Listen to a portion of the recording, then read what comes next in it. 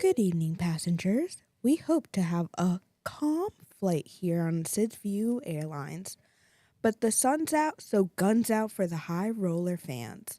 And please remember to observe the no smoking signs. You can suck it. Good job, Rems. Wow. What up, peeps? Diego, I was really battling to keep it together during that because I was just scrolling through the Facebook page and I saw your comment on last week's pickup results saying, I'm doing pretty good this year. I wish I had not seen that before Remy just started talking. That was a real struggle. You just seen that just now? Oh, yeah. I didn't see that comment before. I always look back every week, but man. I suck on purpose. Oh, do you? Yeah. Oh. Yeah, like you guys. You guys all love to make fun of me. I let you do it. Really? It's part of my gig. It's part of his character. That's it. Right. Like WWE, someone's got to be the clown. That's it. He just farts, though. Yeah. No, dude, nobody knows that. Farting clown. Nobody knows? No, nobody knows. Oh, it's a company There secret. are literal reels. Yeah, but I've stopped. He quit farting years Since ago. when? 6 minutes ago. If even that. Why so quiet, Diego? I don't even know why. Why are we talking about this? I don't even understand. How did we get onto this topic? what's No, going let's on talk about here? something different here. Come on. You know about these left and right Twix? What? Oh, yeah. I know that. I know what you're talking Left about. and Dude, right Twix? why do they still label them They're in that? the I thought bag. that was like a gimmick Really? for like an ad in like 10 years ago, but they still label them left and Do you right. ever Yeah. notice like different? You know, Reese's are Reese's, right? I think Yes, they, Reese's are Reese's. yeah, but they taste What are you different. talking than, about? What is like, this now? like the Easter egg Reese's taste. Oh, that's the best egg one. is the best The one. egg's the Why best is one. that? Why are they taste different? No, Aren't the they all? shell I is agree not with you. as I don't It's not as understand. rigid. Don't ask me. I don't eat chocolate. Nothing eats. Ah! I don't. That's funny. No, the egg and Christmas tree are just That was subjects to be devoured. How do you not eat chocolate? It's overrated. What's so good about the taste of it? That's what she said. That's inappropriate. Come on. You were the one that did it, and you had the audacity to call it inappropriate. Oh, my. Bonza. It's gross. Kenny, that's 3 comments already. We haven't even brought the I cameras up love yet. Kenny. Jeez. Kenny, I love Ew. you. Kenny paid his podcast membership. He's commenting. Yeah. He said, damn it, I paid. I'm commenting. He's going to be the #1 fan tonight. Is that Keter, don't CT you Racing worry. Corner? Yeah. Yes. Keter, we're up to date on the old past stuff. We got Oh, you, yeah. bro. You say hi to my friend Sean Waddell? I've heard of him. Yeah. Oh, yeah. He's What's a up funny. there, buddy? Well, he's full of energy, that guy. He's telling us to wake up. I think he might just be waking up. I'm just Oh, so yeah. happy there's some Reese egg truthers in here. You guys get it. It's truly the best tasting. Oh, I'm not my crazy after all. God. They Yes, should just you make are. him Well, a little bit. Dude, but not listen, about that. Bearball got me shirts that said straight out of Uranus. All right. Hey, now. What? Come We on. only got 5 seconds left to make that seem normal. That is And serious. they're gone. Let's go.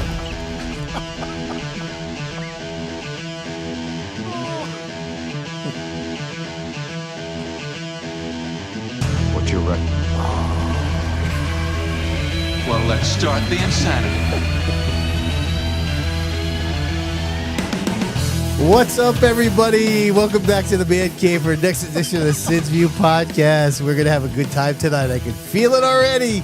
Diego, you're in the house. What's up, buddy? Oh, man, it's so great to be back here with everybody, man. I'm looking forward to a great night talking about the Speedbowl, man. Let's do it. All right. We got Remy over here on the controls, ready to roll. Am I going to be the one doing this? Yes, you have to, because, see, I didn't even come up with a joke for this segment, so let's just get to it. Rip.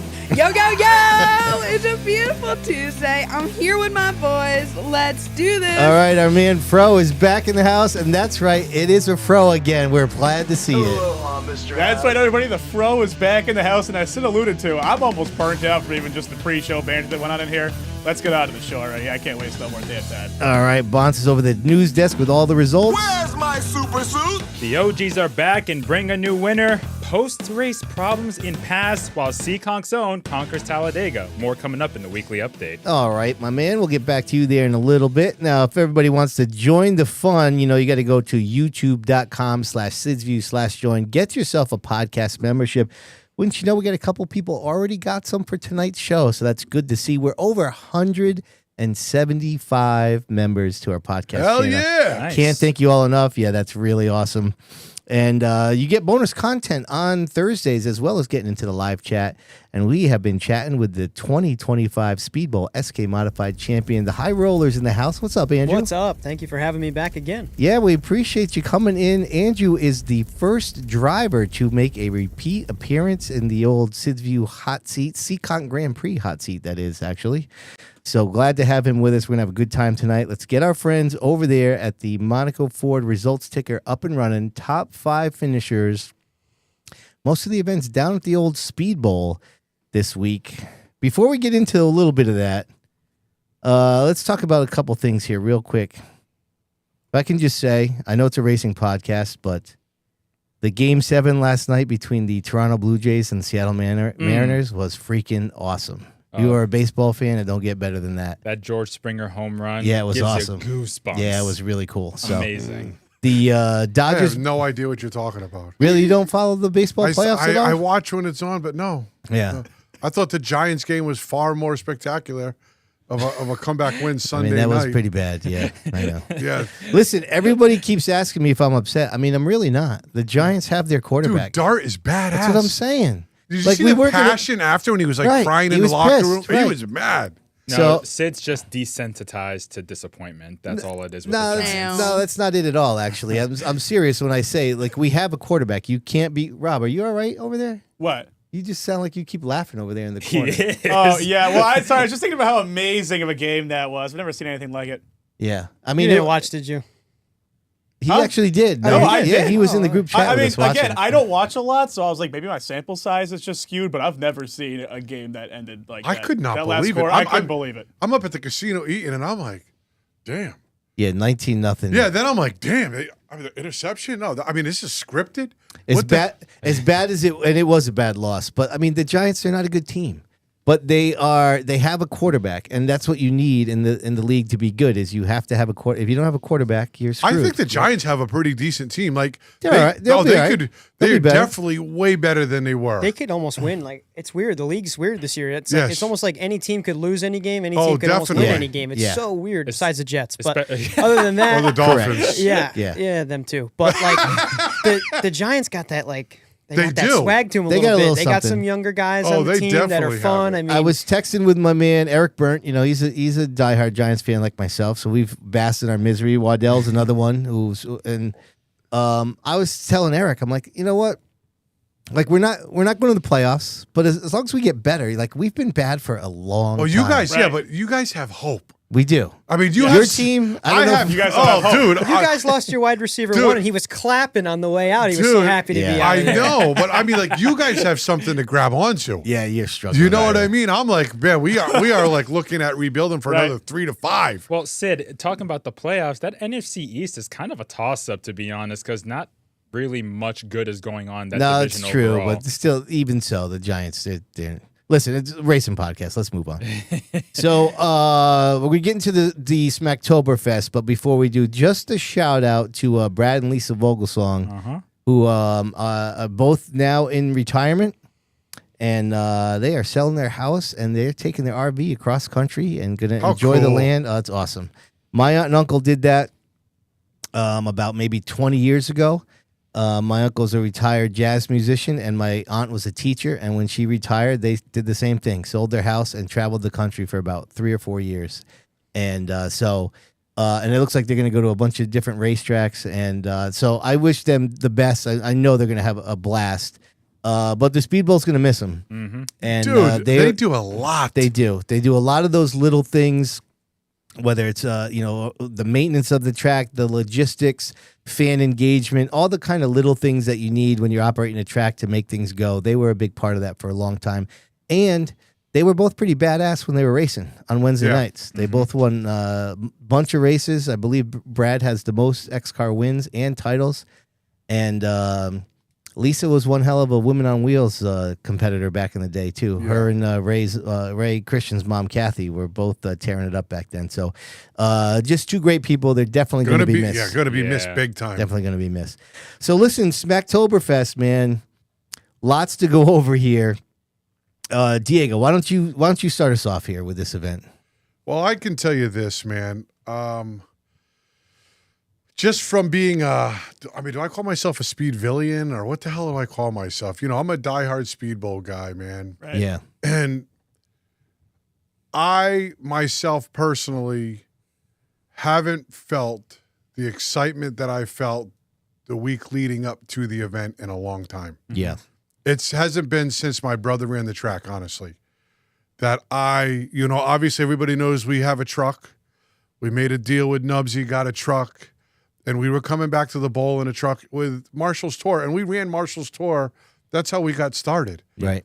So there was a bonus for both of us. We got to run the Marshall's Tour and come back to the Speedbowl to an event that my brother pretty much got involved with the OG Streeters. Mm-hmm. There was a lot to look forward to this Saturday. There was, this is what I'm going to say. It's been a lot of ups and downs for the Speedbowl. And it's like your Giants, right? A lot of ups and downs, more downs than ups, right? Let's just call it like it is. Yep. Mm-hmm. You had something to grab onto this week. That's how I felt. There's some hope. It's a nice way to end the year. Yes, it was a way to end great way to end the year. I was excited to go, and I was excited about the event even today.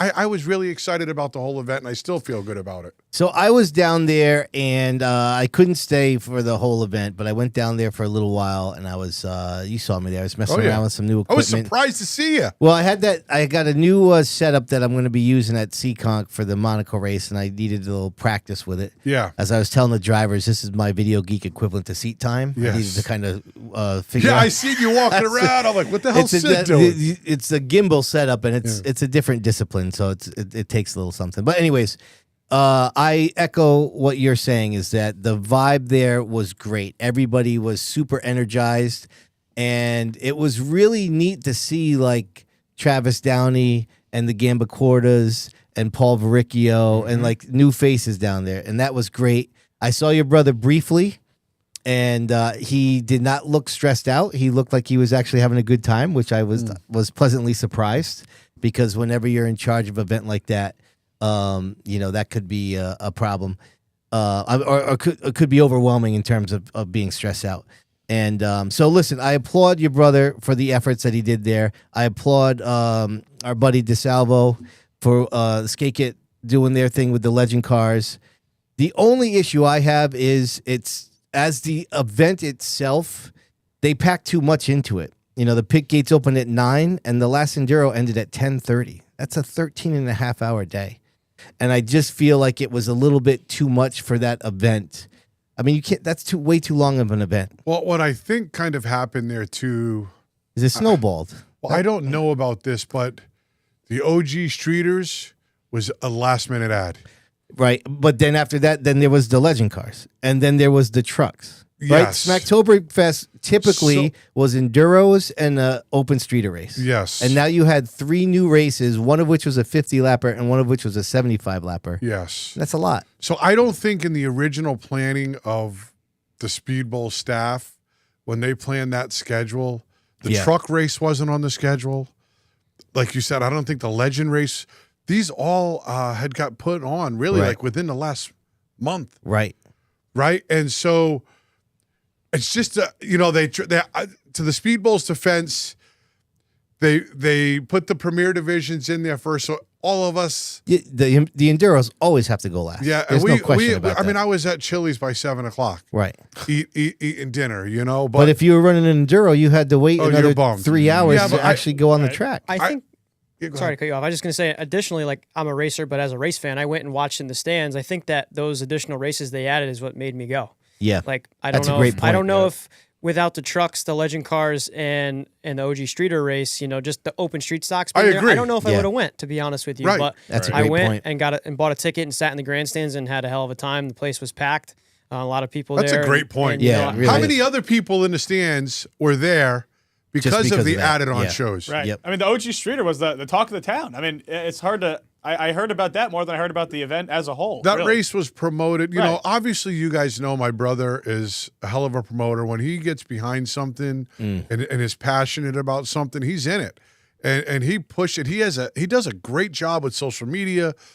I thought I thought all his graphics for the entries was really cool. I mean, they just did a great job promoting that event. And Andrew, you're 1,000% right. I never even thought about it that way. I wouldn't have gone to the event if it was just enduros. Yeah. You wouldn't have gone to the event if it was just enduros. Negative. Andrew wouldn't have gone. How many other people? Right. Half the people in here wouldn't have gone if it was just enduros. If I didn't have priority plans, I would have gone just to see the OG street stocks and the trucks. Yeah. Right. And I kind of last minute decided. I saw the schedule. I'm like, wow, there's 4, normal, divisions racing, and Yeah. they're kind of longer races. And obviously, I wanted to go and see, Sean's event too. And it was like, that's why I went. Right. Well, listen, I just wanted to say that I think the vibe that it created was awesome. I don't care what the event is, 13 and a half hours is long. That's I just a long want to throw it out time. there. But Yeah. if the goal of this event was to have the Speedbowl change their rules, then it's a success. Because if we go down to the old bullpen with the chalkboard chatter from our friends over at Surf Pro, it looks like the Speedbowl is now finally going to have real street stocks. Finally. Which is pretty awesome. I think, it's been a dying division. Listen, I know those guys. It was great to have, I'm going to say this.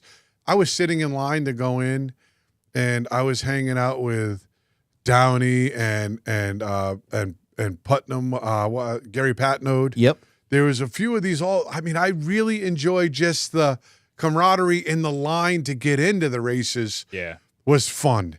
You get to talk to a lot of people. It just felt good. Mm-hmm. It felt real good to be at the racetrack. I'm going to tell you, if my kid said, "Dad, I don't want to race anymore," I might have been done.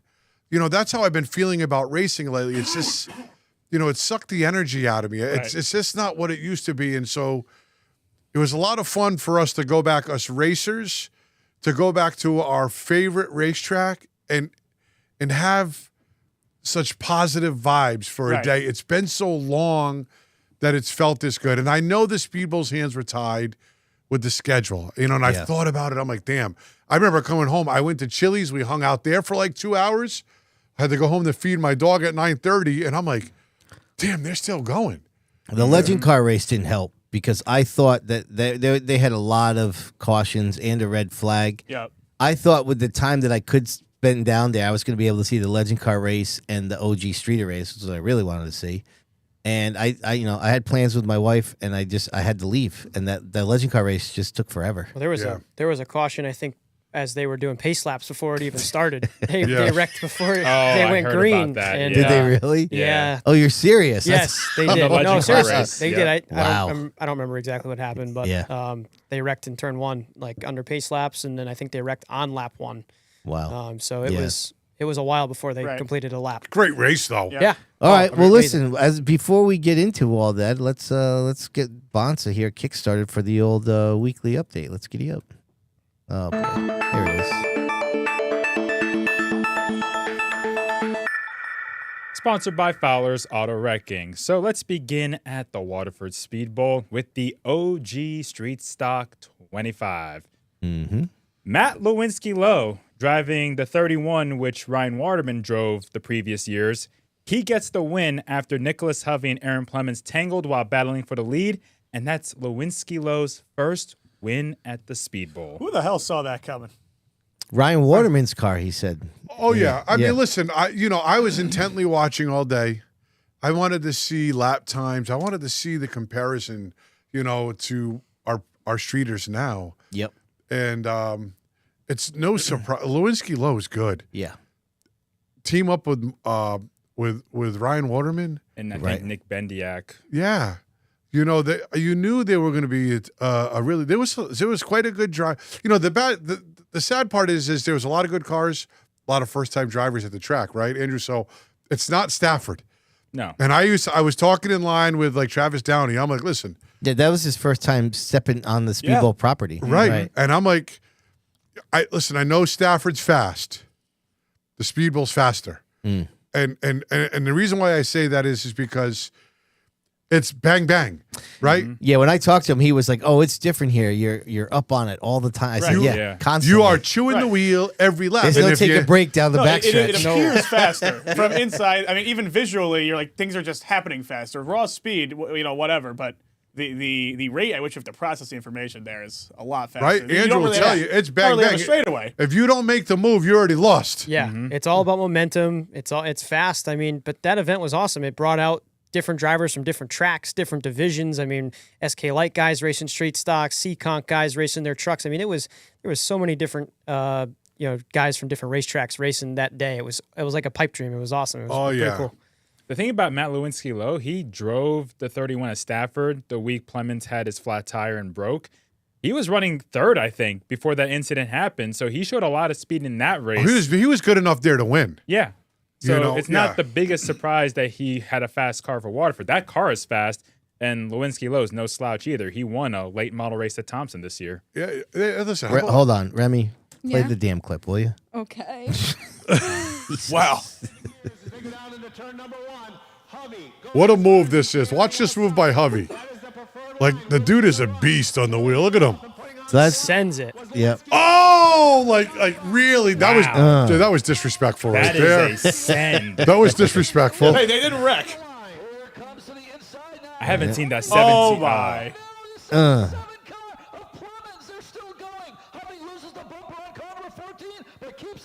This is a surreal visual. Oh yeah. All those cars, the Stafford cars mixed in, so I love strange that. to I see. love the look of that '78 car. Tommy Awesome. Silva he had a good race. Dude, he calm and collectively. It's the first time he sat in the car. Yeah. I don't care what anybody says, dude.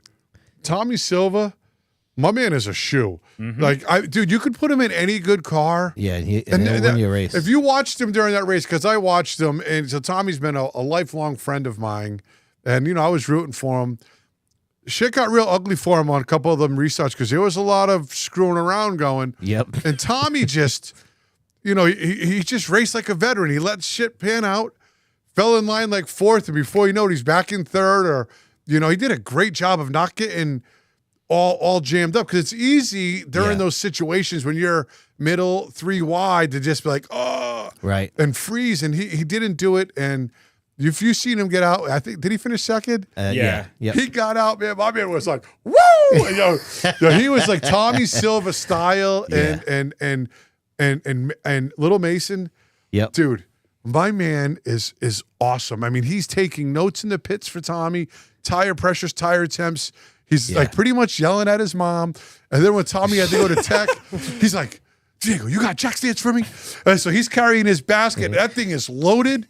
Everything you could think of, he could put in his wheelbarrow, and he just pretty much hauled down to the pits. It was He was so pumped fun. that his dad was It was racing. so fun Yeah. to see, and he's like the future Yeah. of what we have, and to see. Well, it reminds me of that's how like JP was in the Yeah. pits with Eddie back Yes, in the day. exactly. Right? And- yeah, same thing. he's so excited, Yeah. like the passion that burns in that kid. It was just a pleasure to see. Hey, that's a racer for life. Yeah. Right. Oh, he's locked in. Yeah, for sure. Now we go to the open street stocks where Keith Rocco got the win. His first win. in Say a- that again. Keith Rocco won the open street stock event, his first street stock win at Waterford in over 20 years. Dude, I saw the Facebook post of that. I thought there was somehow like a miraculous typo. I was like, no, it's there a few times. listen, Surely that's not. The dude ran good, didn't he? Yeah. Like he ran I like. mean, the GOAT is back. Dude, right? Like, seriously, he might have had- It's Yeah. back. He had it maybe a couple of years where he maybe didn't win as many races as he did years prior, but I mean, the end of this year, he's just been killing them everywhere. Yeah, he won a lot of races this year across all the 3 tracks. Yeah, he was. I mean, in the streeter, like I'm thinking, oh, this ought to be good. I think it's 11. He's won 11 races. He won 5 at Thompson, 3 3 at at Stafford. Stafford. That's 8. and then 2 SK at Waterford and 1 in the open street stock, I believe. Yeah. That's And- 11. I mean, and you almost feel like, I mean, I hate to say this, but That's not a lot for him. From what well, you we're almost used to. feel like it's a down year. I mean, not that it's a down year, but it's like, he did good this year. But my man got 11 wins. Yeah. Yeah, he Like used, that- he used to leave. He used to leave the Speedbowl and win 2 races and be mad he didn't win 3. You know, Right. like, Yeah. It's just how it went. Yeah. You know what's, I mean, and again, this goes to why I'm glad that the Speedbowl has changed things because that was a car that was in the street stocks all year this year, but on Smacktoberfest it races in the open street stocks. Like And I don't- wins. but I don't even know what that means. Like what? Well, you the know what it is. I difference? think they put the right rear on from Oh my! the SK race. Oh, that might my be it. Yeah, gosh. that'll do it, right? Yeah. I tell you what, though, putting Keith Rocco in Bo Norman's car, great driver. That's a heck of a combo. Well, you know, I watched Keith race that race because it's been a long time since Keith has run a street stock. Yeah. And it's just different. It's not like the big tire. And the car gets loose. You have to have finesse, man. And it almost looked effortless to him. And he was reeling guys in. He was never in a rush. Yeah. And he'd make one pass. And then once he got to it was like typical Keith Rocco. Once he got to like the leader, all of a sudden the leader was just looking like all sorts of out of shape. And it was because Keith was on him. Right. And it was like, back in the day when he was running in the SK, I'm like, shit, here comes the bottom shot. My line's all screwed up because now I know he's about to get ugly on me. And it was just typical Keith Rocco fashion win. It's amazing how many people have won in that Norman 12 car now. Yeah. Right? Yeah. Bo, Brian, Keith, Jason Beal, Hadley. Jordan. That's 5 right there. Jason Beal won in that this year, did Yeah, he? not this year, but last last year. year. Oh, yeah. Just in like the Al last Stone. few years. Yeah. Al Well, that Stone. speaks a lot for Bo Norman and, Yeah, and what yeah, he right. brings to the track. Yeah, right. He Great brings a good job. car. Yep. Now we go to the Legend cars where their race was 2,500 to win, I believe. And Riley Paul edged out Devin Deshays at the checker flag to get the win.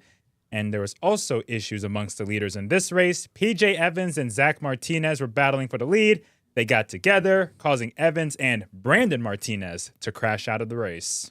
So I do have the video clip for PJ and Martinez. The 12 of Evans Brandon Martinez got into the rear bumper. Is Dave in a warehouse or something? He's at an empty church.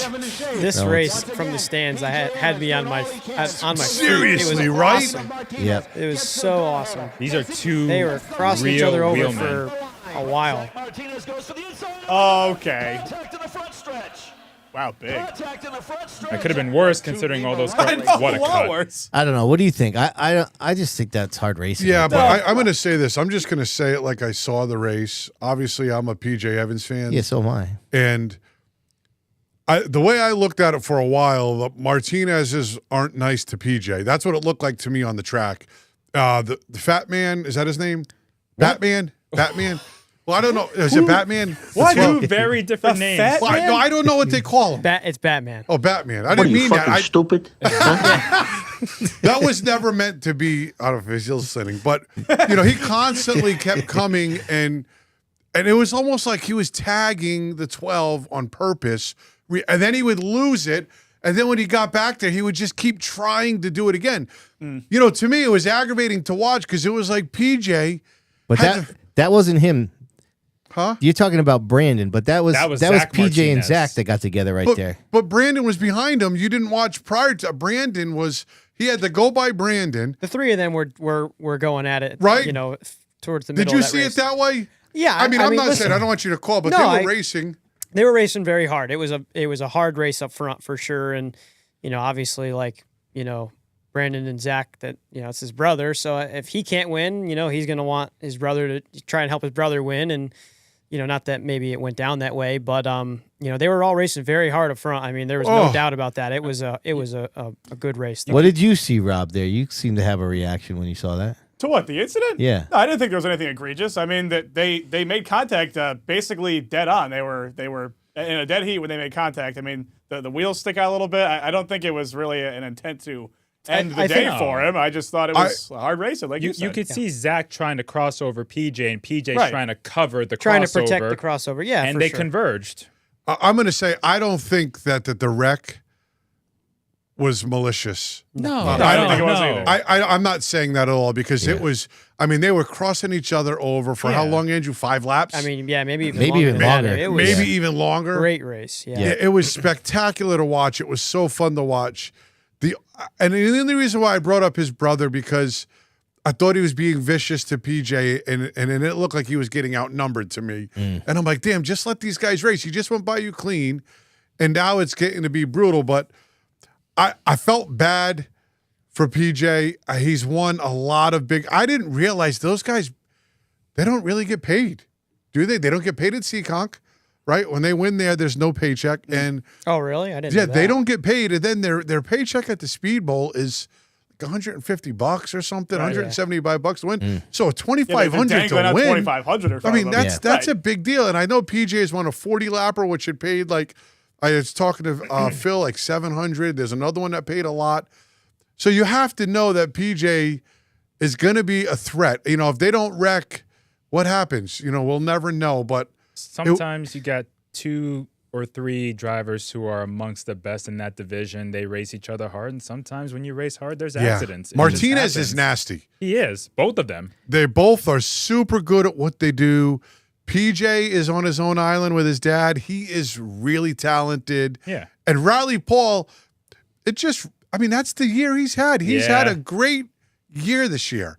And what a great cap for them to finish it off by beating what's his name in the skate? Deshays is nasty too. Yeah. Yep. Remy? You know, it's a great win. It was a great field of cars there. The only one that was missing was Jacob Burns for some reason. He's in Vegas. Oh, he's in Vegas. That's the only car that I thought was missing off that show. Yeah. Well, I do have the video of the ending of the race, so here we go. At the line. Down to the popsicle sticks. Riley Paul, who is mired in the back of the field, gets his shot at $2,500 from Skake It Property Management. He has a lead by 3/4 of a car. That's the Skake It car too, the Yeah. 64. Right. Circuit.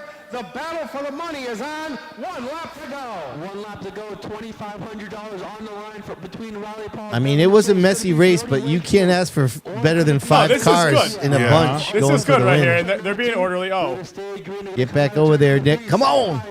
Turn number 4. It's Paul in the shades. wow. Deshays was sliding Push that on the thing. outside, too. Damn.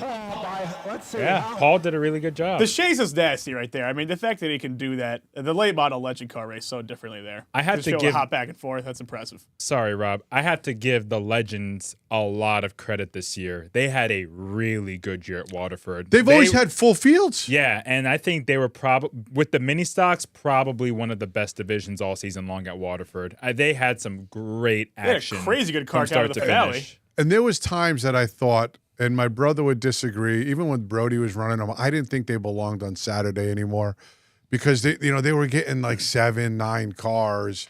And I'm like, geez, why you just put them all on Wednesday to shorten up the field? But, it was like the trucks when they had nothing. They've come back. The field was awesome. Yeah, I mean, those, you got the Martinez's, Paul, Evans at times, Freeman. That is a solid core group. You have to think too, though, if they don't have Wednesdays, like you're not going to get Rowdy Burns wouldn't be there. You know what I mean? It's like Right. some guys only race on Wednesdays, right? By the way, Gretchen Robidoux says she says the top 10 get paid at Seekonk. Oh, they do. Yeah. But it's not a lot, like you Yeah. said. For them, a $2,500 to win is It's a big that's deal. A huge Oh, it's price. huge. Yep, that's a huge price. And the Legends aren't exactly the cheapest cars either in terms of maintaining and No, I such. remember No. my first Legend car race when we finished inside the top 10 at Waterford, and I got the paycheck the first time. I was so happy, and it was $25. My dad's like, that didn't even just pay for the McDonald's you just had on the Right. way home. Yeah, right. It was kind of neat to see Jason Palmer back in the Legend car. That was cool. Yeah, that was pretty neat. And he led the race early. I'm like, look at this And crap he was here. underpowered too. He had the old style motor in that car too, and he, made it work the best he could. But Yeah. you could tell down the straightaways he definitely was lacking a little bit. But Right. He led like the first 10. Yeah. yeah.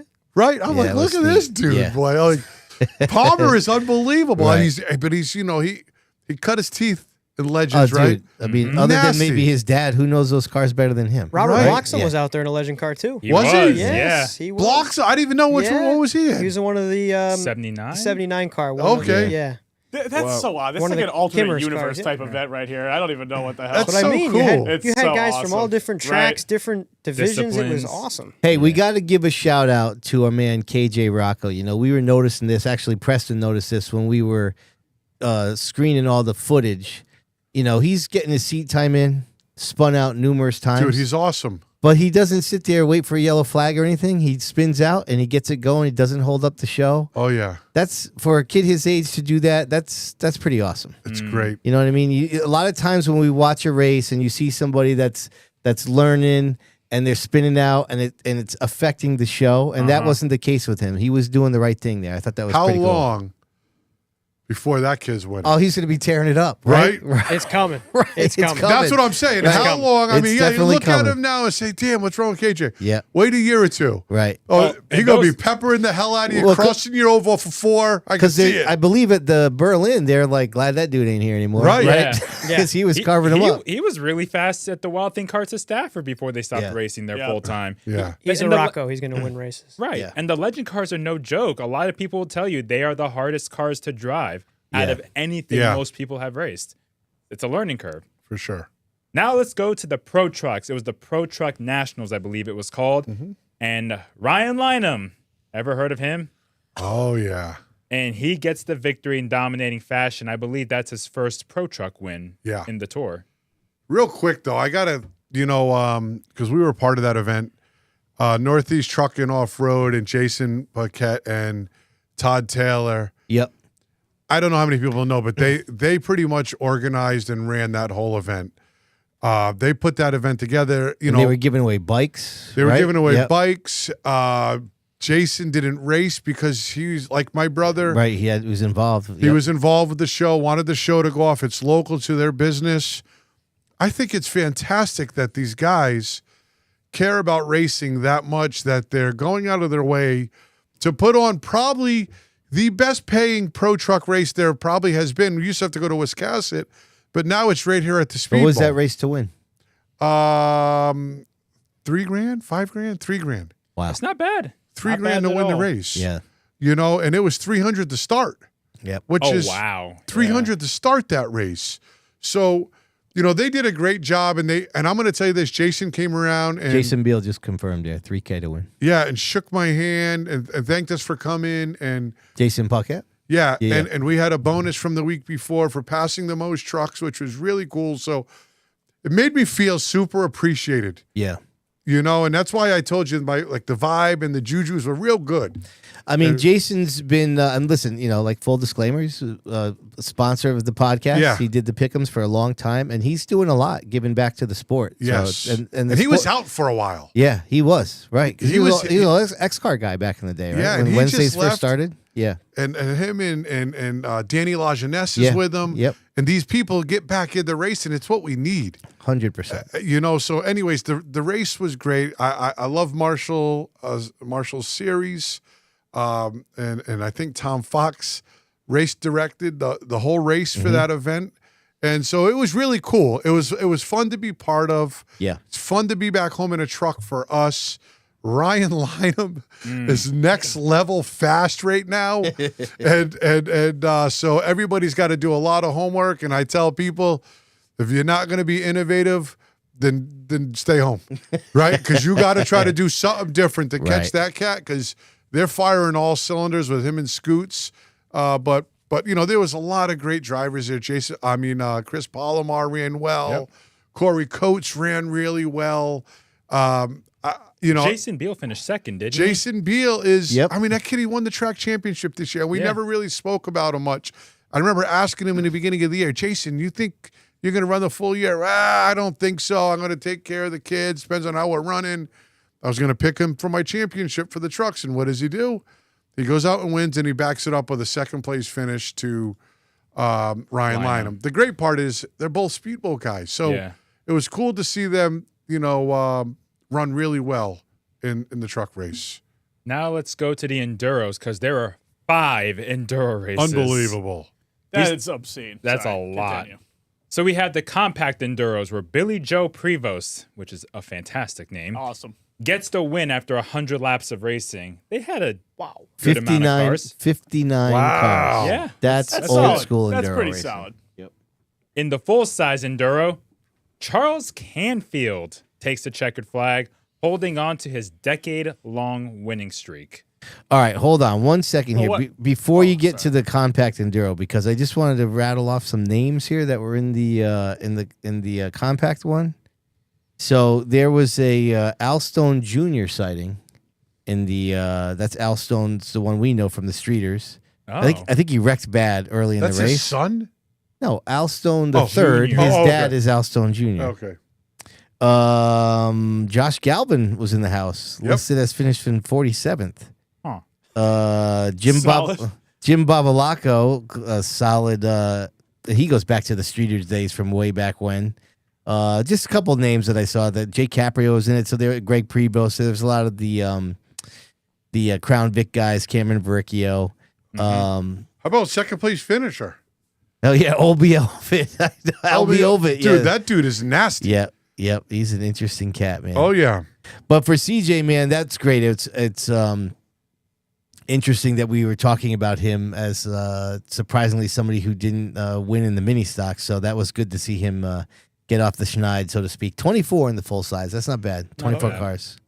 Now we go to the ladies enduro where CJ's daughter, Erica Canfield, got the win in a dominant performance. Well, Diego, you know what that means. So that made me have a look-see in the old archives. You know, we talked earlier in the year about how Brandon and Aaron Plemons were the first parent-child duo, so to speak, in Speedbowl to win at the same night. That just happened a few months ago. And here it is in October. It happens again with Charles and Erica both winning on the same day. And there's their victory lanes picks. Happy for both of them. Mm-hmm. And, yeah, good to see. What is that? They got like a shark fin there on the top of that car? Is that legal? What the hell's that? In Enduros? Actually, that's required so they can see the card number from the bus. Yeah. I'm not kidding. I'm not kidding. They wouldn't see the card number otherwise. Oh, that's funny. All right, now we go to the minivan enduro, the first one they've had at Waterford. Dave McIntosh got the win, and then the truck enduro, Raymond Harrison took down the victory. So that's all a Smacktoberfest. Yeah, I mean, I don't know. The minivan, truck enduros. Minivan had 4, truck had 9. There's a lot of enduros. I mean, Can't you just combine them? Like yeah, I'm not minivan and truck in one? You know, Especially when you had the big added 3 races, you might want to have had to condense those. Especially because enduros are prone to, if it plays out the right way, they can be absolute slugs. Yeah. They had more enduro races than they had Yeah. stock car races. Well, I mean, that's what Smacktoberfest is, though. Right. Don't forget, that's what that event is. So we had all these added ones, but that's what it was. It's an enduro event. So Hey, can we rewind something real quick? yeah. What's up? We never even talked about how Ryan Lynham and the Open Streeters Yeah. finished 5th. True. That's a story. I mean, that's now? almost a story When in he itself. doesn't win? It is. I agree that it is. Yeah, well. I actually, speaking of open streeters, before we move on, I just want to ask this to Sid because he would know best. I thought about this on my way home, but was that Keith Rocco's 8th division win? So that's a great question. So I don't know. I actually have to look at this off season if you want to get stat nerdy with me for a little bit. So at one time, they had outlaw stocks at the finale, and I used to consider that a separate division because those cars were like tricked out stuff, kind of like the old outlaw races at the World Series. Yep. Remember? Yep. And then because they were kind of like limited late model-ish, basically what the streeters are now. And then we've kind of morphed into this where they're street stocks, and then they started calling them open street stocks. And now, like, the street stocks and open street stocks have almost kind of blended. Like I said, Keith Rocco won the open street stock race in a car that competed in the street stock division all year long. And So- spanked them. Right. But regardless of the result, in terms of statistical, where you draw on those lines, it's so blurred now, Andrew. I really don't know what Yeah, the I hell thought I'm about that on gonna the way do. home. I'm like, Yeah, it's messy. Did that happen? It's messy. That's now. unbelievable, though. It's really messy now. Right? Yeah. I mean, imagine if it was his 8th different division. No, he would be. I thought he had. I thought Well, your he- brother's got the record now. Your brother. I'll look this up real quick. Your brother passed him at one point, if I'm not mistaken. Most I divisions think with a Sean's feature by in. himself, right? He's got. Yeah. I Yeah, only you're looked at right. this So 'cause I'm on that list. Sean has 8, and Rocco has 7. Ah. So, yeah, That Sean kid, he must be a pretty good driver. maybe that's why Rocco went in there because he figured the. Ooh. I'll have to take a look. See. Just a Yep. quick question. Do Go. the street stocks at Waterford have open engines? or no? Nope. No. Okay, so that's the big difference with street stocks at Waterford compared to open street stocks. Okay, just wanted to know. Just goes to show they still can compete. Oh, Yeah. yeah. You know, with an open motor and a 602. And a 602, you know, everybody thinks it's about motor all the time, and Andrew will tell you. Not at I Waterford. mean, listen, you could have a dragster motor in the thing. If it don't make the corner, it don't Right. matter. And you see guys in the open races, in the modifieds, they'll run, SK motors with a 4-barrel sometimes at Waterford. I've done it. Right. I mean, it might not be the best idea, but Waterford's like the biggest track you could probably get away with doing that at. Right. And it's probably close Yes. still. Yeah. Is that why they started calling them open street stocks? Because those were ones that didn't have the crate motor?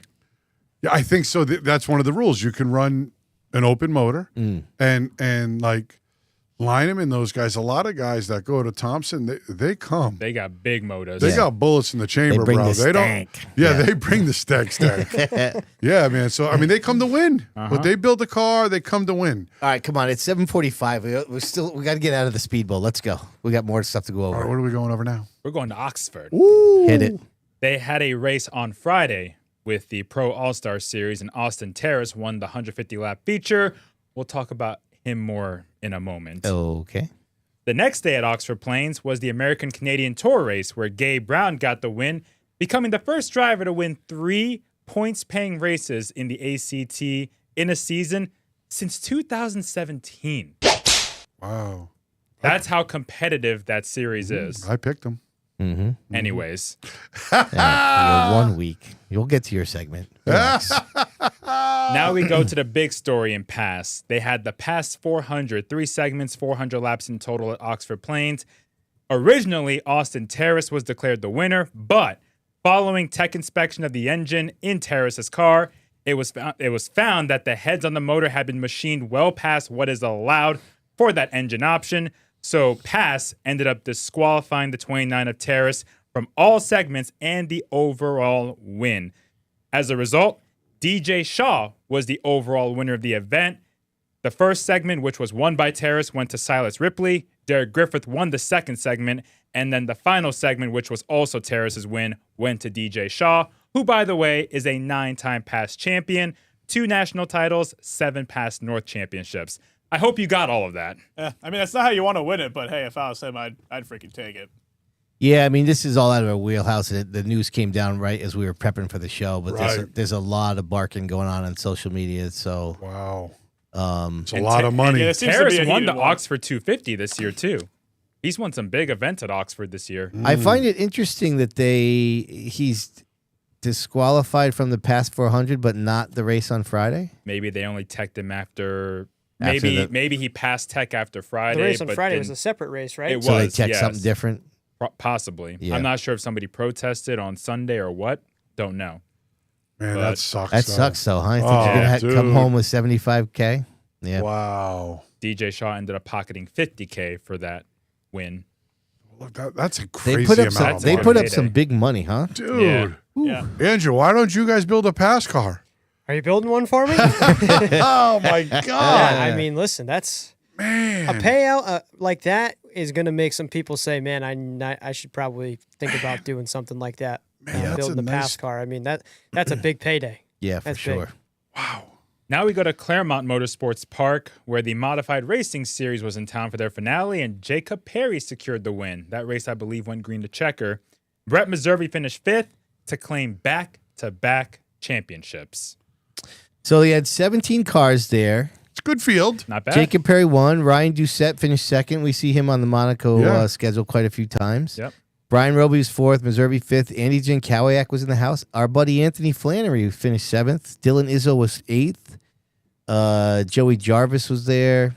Walt Sutcliffe we see all the time in the Monaco series. So pretty decent car count there. That's good. Jacob, so I'm watching the race on Race Monitor. In the family 21 car. Yep. Yeah, Yep. dude. He at the end of the race, he was laying laps down. That was essentially maybe 2/10 better than the next base Wow. car. I mean, they were for green the checker. They were on point. Yeah. And I don't know if we give enough credit to Jacob Perry and his dad. You know, because they go to Stafford, they lead a bunch of laps, they run good there. Yeah. They won a dirt event this year. Yeah, they've really come a long way. Jacob's done a great job of self-promoting himself. Yes. Yeah. And Very Andrew- active on social media. very active on social media, and they're putting up. I mean, they're winning races, and it's a big deal too for the Meservey family, Yeah. and the APE family. Yes, second championship in 3 years for Norm Perry and that crew. Dude, they're amazing. Yeah. Norm Perry does an absolutely bang-up job. Yeah. Shelley Perry does the tires and runs the shocks. Yep. I mean, it's truly a small-run family team, and I think Meservey is a great fit for them, right? Yeah, 100%. And they're competitive. Like, you know damn well they are going to be competitive at Seekonk this week. Oh, yeah. They're not showing up with a shit box. I can tell you that. Right. Well, the last time he raced at Seekonk, his car was junked in the heat. He he never got got a cleaned chance out. to race. Right. But those third of a mile bull ring type tracks really fit him well. And even then, he was really fast at Stafford before he got wrecked. It's amazing what those guys do for, you know, because you see so many big teams, you know, Kopchek's team and a few others that are just well-funded teams. And I think the whole APE team it's almost race by committee.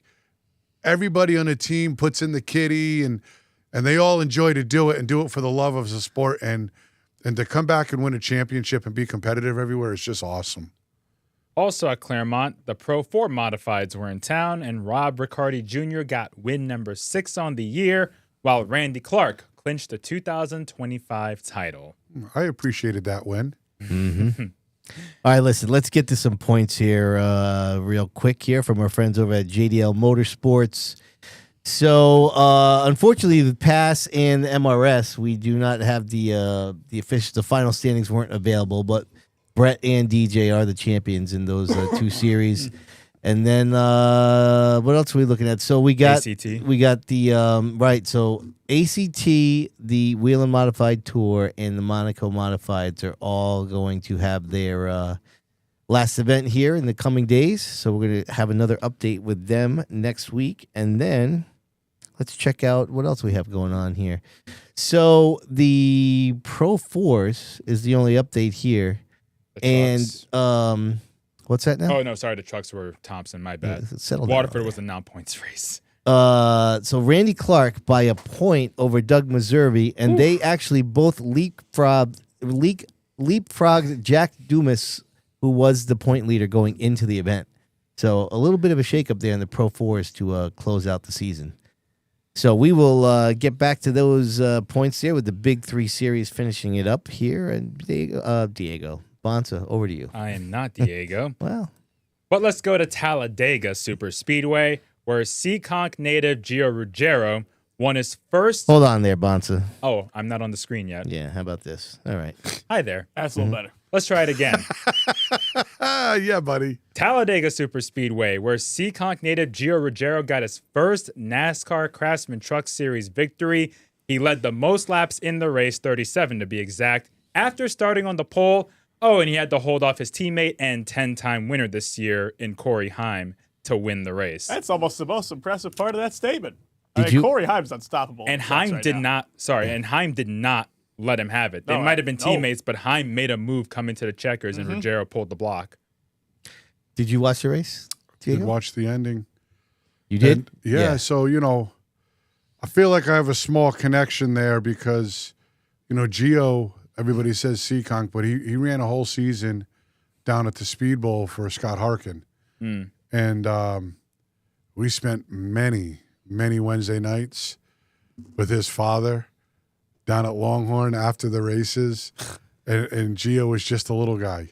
Not really a little guy, but, you know, a teenager. So Yeah. every time we go down to Speed Weeks, I get a chance to catch up with Gio and his dad. And Two legend car races, 2 legend car wins at the Speedbowl. yeah, I was super proud of him and pumped because he's put work in. He's put work in at every level that he's in. He was with Donnie Wilson Racing. Yep. And he put a lot of work in there, and whether it was the supers, the pros, whatever he was running. And you see him today, the kid is like jacked. I'm like, damn, bro, what are you doing? But you know, it's part of that regiment that they are down there. You know, they have he's a Toyota driver. Yep. He's got to be in the gym. He's got to be on the simulator for a certain amount of times, and he's on point. I mean, he's in it, right? He's in it to win it, and I couldn't be happier for him. That's for sure. I think in the season opener at Daytona, he finished third, I believe. So he started off the year with the top five. And looking like a short tracker doing it. Did you remember? I don't know if you guys remember watching him, but he was doing some shady stuff. and I'm thinking, oh, these guys are going to hate this guy, you know, because he's doing stuff that guys don't do, play racing. Right. But it was obvious he didn't care, and he was there for all of him. Oh, yeah.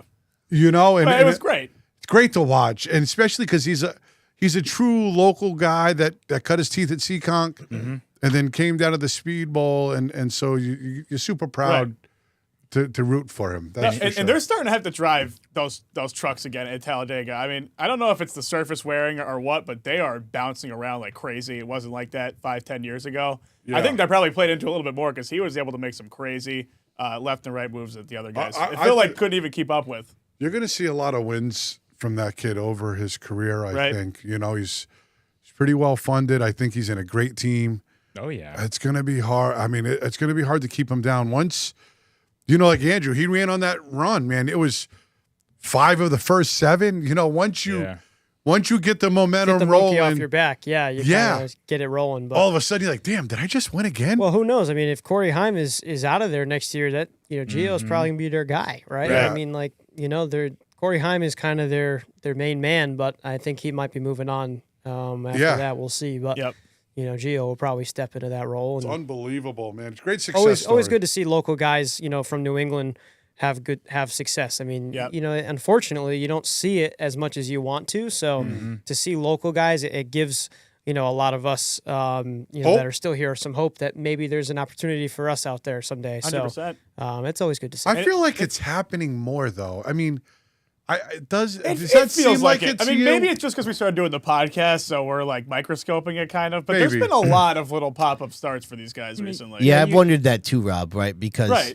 not only with Ryan, but Gio, Justin, Emmerling, maybe even throw Jankaliak in there. And the other kid from Seekonk, that's Tomasi, is constantly running trucks.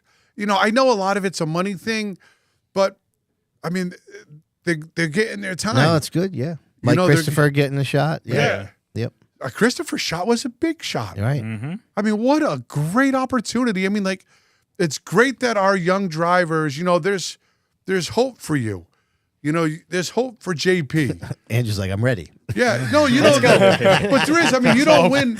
A prime example is a kid like Andrew, who's always just like been chilling, and now he's winning championships, and he's still young.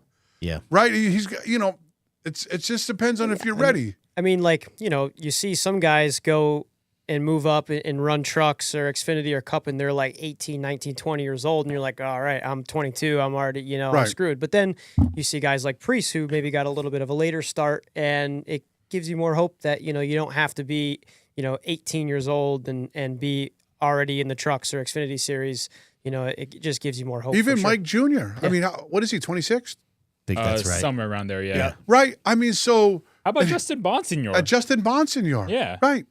But, I look at Mike Jr., I feel like he's got a legitimate shot. He's got backing. He ran so well. He's got a legit shot to put on some big races next year. Right. And I'm sure there's a lot of talks going on. He's opened a lot of eyes. It's great for people like you, JP, these other ones, because it makes them open their eyes to, Yeah, damn, who else is over there? Yeah, who else is over? I mean, what else is in the farm? It's just awesome to see guys. I mean, it's especially awesome for us because these guys are from our neck of the woods. But it's awesome to see guys appearing in these national series who actually have like stories, and you watch scrap their way up. I feel like a lot of the problem with the vibe of some of these other guys feels like they came out of like test tubes somewhere. I'm like, where did you come from? Flow racing is huge for us at Stafford. I no feel doubt. like you never know who's watching. You never know who's got a Flow subscription, who's tuning into Stafford. Stafford gets a lot of, a hype. They have a lot of followers on social media. You never know who's watching, and that's why you always got to be on your A game. And it's important. What else, Bonsa? Well, Monaco Ford announced the back-to-back challenge last Wednesday. A $500 bonus will be going to the highest finishing driver in Saturday's street stock race at Seekonk, who also competed in the OG Street Stock 25 at Waterford this past weekend. I think and the Open. And the Open? I think it's and the Open. So, Okay. they collaborated with the streeters to try to get them over. I think it's a great marketing idea. Yeah, for sure. You know, and you know, Dave Monaco was down in the pits, super present in the streeter pits. I mean, like, On Saturday? yes, like he's going around meeting people and just being involved. I mean, Yeah. it's great to see a guy of his level and the commitment that he has to auto racing right now. Yeah. To be hanging out in the streeter pits where everybody used to think, the streeters, but he's in there promoting, trying to get cars to their event up at Seekonk. I mean, it's so awesome to see it. You know, I was excited. He hung out with us, and it's a great opportunity for any of those guys that ran Waterford. Yeah. I think it's the highest paying guy gets a bonus of $500. You don't even have to win. I mean, if you go there, you show up. If there's only one guy that shows up from there, then you got the $500. Yeah, that's a nice incentive to go there. It's yeah. great. Yeah, I'm pumped. I mean, we'll be there for the Monaco series, but Yeah. should be a good day of racing. Speaking of the Monaco Modifieds, they announced a new $7,000 Halloween-themed bonus for the drivers at the USNE Power Haunted 100 XL. HalloWiz, J&R Precast, and Mistake Site Development are sponsoring the promotion. Here's from their press release what they said. The challenge invites the top 5 racers based on results from the heat race to take a scary gamble, give up their prime starting positions, and charge from the back of the field to the front. Any of the 5 drivers who accept the challenge will receive a $500 bonus just for taking the risk. The remaining bonus money will be split among any of those drivers who battled their way back into the top 5 by race's end. If none make it back, the remaining funds will be equally spread among those finishing in the top 10.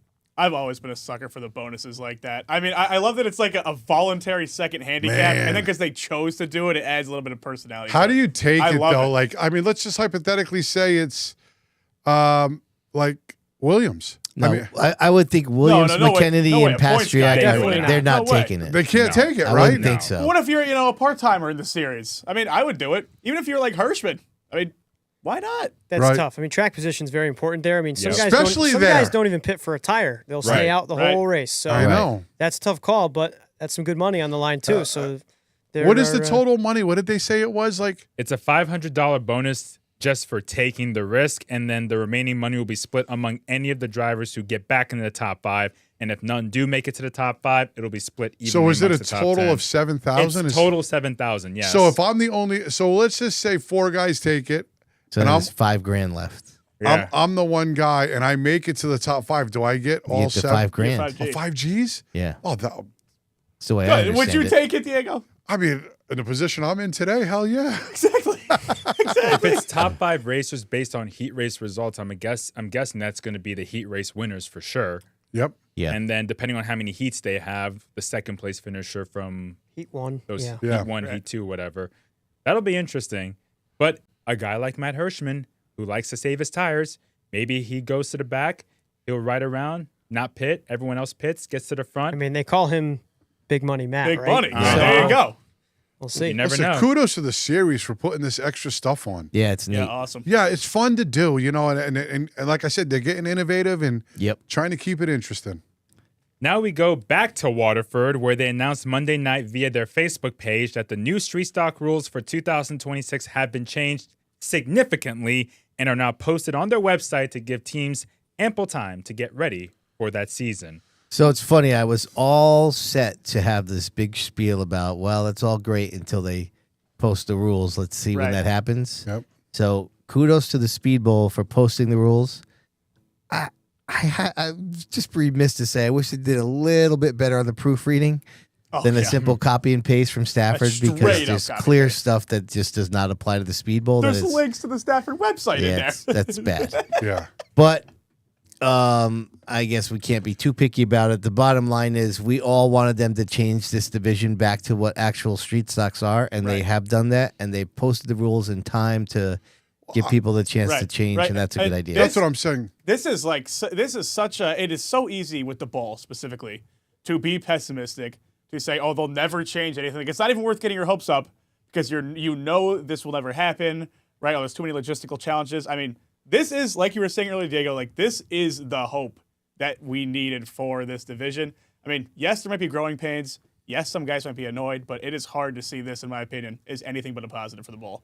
Yeah. I might sound pessimistic, but I'm just like, I hope they have a good field for next year. Like, I hope the teams who do have those current street stock bodies are able to maybe sell those and get an old school street stock or something. Because what does happen to guys like Al Stone, Ike Chima, the 12, like, do they get a street stock, or in Ike's case, do they modify their street stock to get to the current rules? And do anybody rejoin or join that division for the first time? Anybody from Stafford comes over? I'm not 100% sure. Yeah, but don't forget, the bar is low. There were 6 cars. Unless, That's true, and yes. Aaron Plemons is moving on. I think they want to go to late model. You know, so he's gone. The 74, honestly, I don't think Arena was coming back with their current rule package. Yep. So now you're down to 3 or 4. I mean, you had to do something. Right. No, yeah. You have to. And I don't know anybody. This is just me, and I'm in the Speedbowl news, and I know everybody.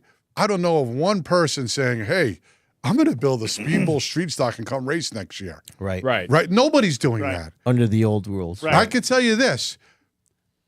Everybody that has an OG type street stock instantly gained value on their car like that. Yep. The car that was made up, if you would have bought it, you probably could have bought that car for $3,000 a week ago in their shop, is now $7,500. Right. Well, props to the Speedbowl for releasing that now. In Yeah. Right. October, it gives people, no doubt. I mean, you got 6 months, Yeah. you know, Yeah. 6-7 months to get that done. Listen. So, you know, you got enough time. And listen, I don't know what Al Stone or Bo Norman or those guys how they feel about this, but I mean, you know, to your point, Bonsa, like they can sell those cars They to can. limited late model Yeah, guys. but they could run those cars. They just have to make a lot of modifications. Not a Yeah, lot. yeah. Change the bodies. And I mean, it's the same Johnson chassis that you can run. Yeah. That is true. Yeah. So, I mean, it's just like Stafford. You could run the car. You know, they just have to take their big dollar parts off now. Yep. You know, like Right. I could tell you this, that my brothers had a large hand in this. And I could tell you this, people are going to say whatever they want to say about Sean. He has more passion than I know what to even say for what he's doing about the street stocks. He is a street stalker through and through. It pumps through his blood. He loves the street stocks. He loves the Waterford Speedbowl. He has gone leaps and bounds to make sure that that division is healthy again. And it's not for his own cause. It's because he cares. Well, I don't want to poo-poo the excitement here, but it's not healthy again yet. Let's see what happens. I was about to say, Yep. my They thinking is changed how the many cars rules. will they Let's get? see what happens. I can tell you, I mean, this is just my opinion. I think you'll definitely see more cars than you've seen this year. Mm-hmm. And I think you're going to see drivers that you haven't seen in a good while make a return to the Speedbowl. And you're going to be like, damn. You know, and I believe the division is on its way back to what it used to be. Mm-hmm. And for that matter, I don't think it's going to be much for a guy like Ben Pollard Mm-hmm. to put a 602. I mean, to convert his car Right. over. That- It's that not was going my to other be a thought. lot to do. Right. Right. So how many of those guys are going to do it? Mm. You know, I mean, I'm hopeful that it's back to 15, 17 card Right. fields again one Yeah, day. big- It Great. seems like the pool to draw from, they're setting up to have a way bigger pool. And again, there may be growing pains, but like you also just said, the foundation was down to 3-4 cars. I'd take the gamble. Yeah. There's a chance we can get 15 next year. I'm rolling the dice on this one. Yeah. I'm in. Let's do it. All right. What else, Bonsa? Let's give an update on Jonathan Levins, who had that big wreck at Seekonk a week or so ago in the thrill show.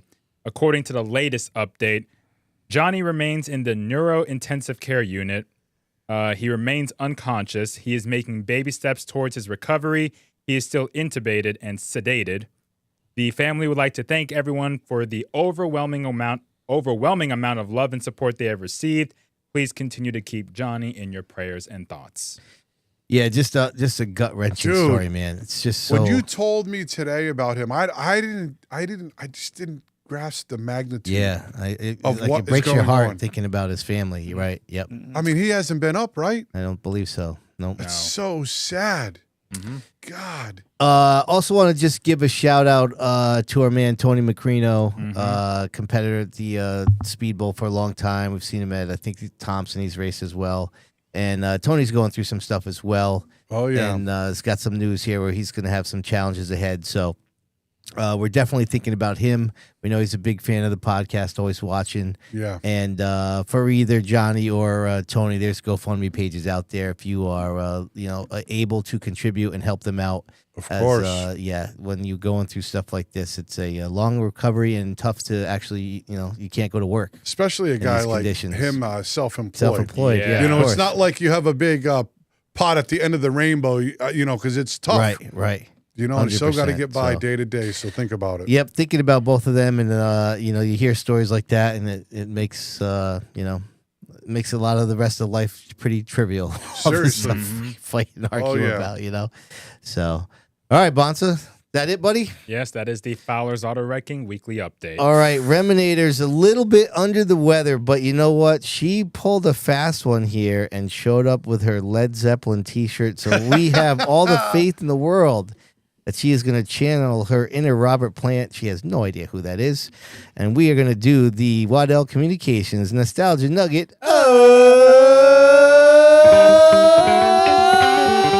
the week. Pretty good, Rem. That started horrible. Well, listen, you got through it. You powered through it. That's how we do things here. Diego, we talked about our main man, Tommy Fox there. He's the race director of the old truck race at the Speedbowl. Did you know that 32 years ago tomorrow, October 22nd, 1993, he was the reigning Speedbowl late model champion, and he took the win in the Race of Champions National Parts Peddler Street Stock Race at Flemington Speedway. He told us in our interview of the Speedbowl doc series that he competed in that race for several years.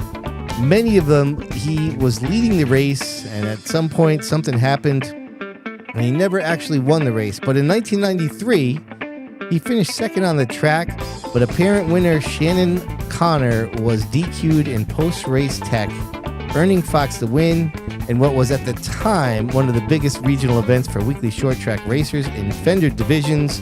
Although it was called the street stock race, many late models from the Southern New England tracks were eligible. It was the second time in 5 years a Speedbowl late model champion won the ROC street stock race. Phil Rondo had done it in 1989 at Pocono Raceway when he was the Speedbowl champion. And wouldn't you know, I got some stuff from the old archives here. There, of course, is that's the Speedway scene where Tom Fox was the surprise winner. I'm going to hit you up with, there's his car on the track, the familiar 47. And then we'll hit you up with this one here. I think that's Connor there in the lead. That's CJ Fry a little bit back there in the 6X. And then Tommy gave us this one from his own archives from the doc there. So that's when he got the news there. So it's a parking lot Victory Lane segment there. And that's his dad, good old Sly Fox there on the right. And as always, Tommy had the kicking mustache trademark. So That thing's serious. he rocks it well. Indeed he does. All right, what do we have next here? Oh, it's time for a little Did You Know segment. All right, yeah. Oh, no. I don't know about get that to you in one, a minute. Chief. We'll just roll with it, I guess. Yeah, we'll roll with it, Rob. Rob, we're going to do this real quick. We'll get right down to you there. But did you know, everybody, that in studio with us is now the current record holder as the youngest SK Modified champion in Speedbowl history? Beat the record that was previously held by 2012 champion Tyler Chadwick, who himself had beaten, I believe, Dave Gaeta was the youngest one prior to him in 1990. So We will be checking birth certificates at the end of the show, but for right now, Andrew, we're going to roll with that, okay? I knew that was coming. Oh, geez. Yeah, it wasn't easy winning the championship at 12, but Oh, that's great. Well, we can never always gets old. we can break in the old soundbite. Serious. What are you, fucking stupid? Wow. All right, down to Rob. Here we go.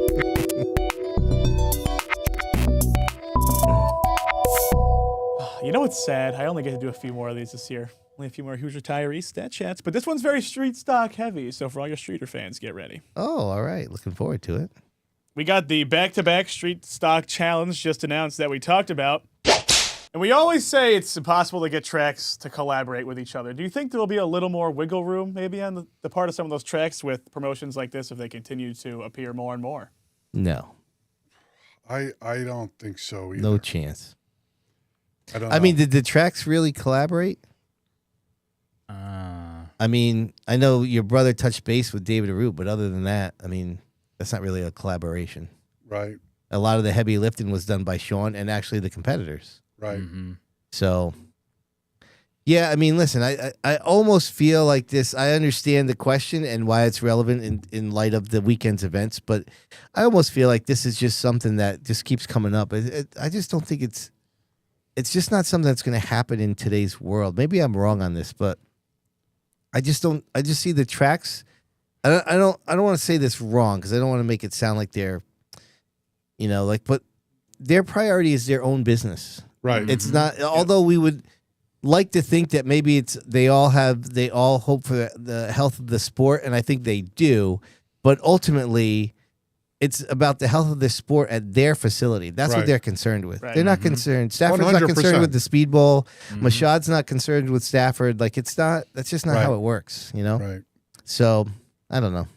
For the competitors, obviously, it would be something I think everybody still wants. I just don't think the reality is. I just don't think that's going to happen. Right. And not unless somebody from an outside, like Dave Monaco's doing right now. Right. Right. Again, but he doesn't own a racetrack. No, That's I what I'm know saying. that, It's but I'm outside saying that- forces. To be able to make it like, even if it was a 2-track deal and somebody put up some bonus money, said, hey, listen, if you're running here and here, I don't know. It's just a thought. I don't think either one of the tracks is going to do that for sure. Yeah. But Keeter brings up a good point. The Tapley Fox era, they were pretty close on the same page. But in that era, like all three-player Fox was the race director, right. And so I think that if you had that going on, I mean, that was probably the exception because those guys kind of had what ran at least in that era under the same sort of guidelines, right? And so I could see that if it was the same race directors, but again, that's not the case either now. So Right. I don't even know if maybe not necessarily in terms of rules, even just, scheduling like, okay. I guess at a certain point, though, these promotions sort of just become like mini-series. I think we briefly brought that up beforehand.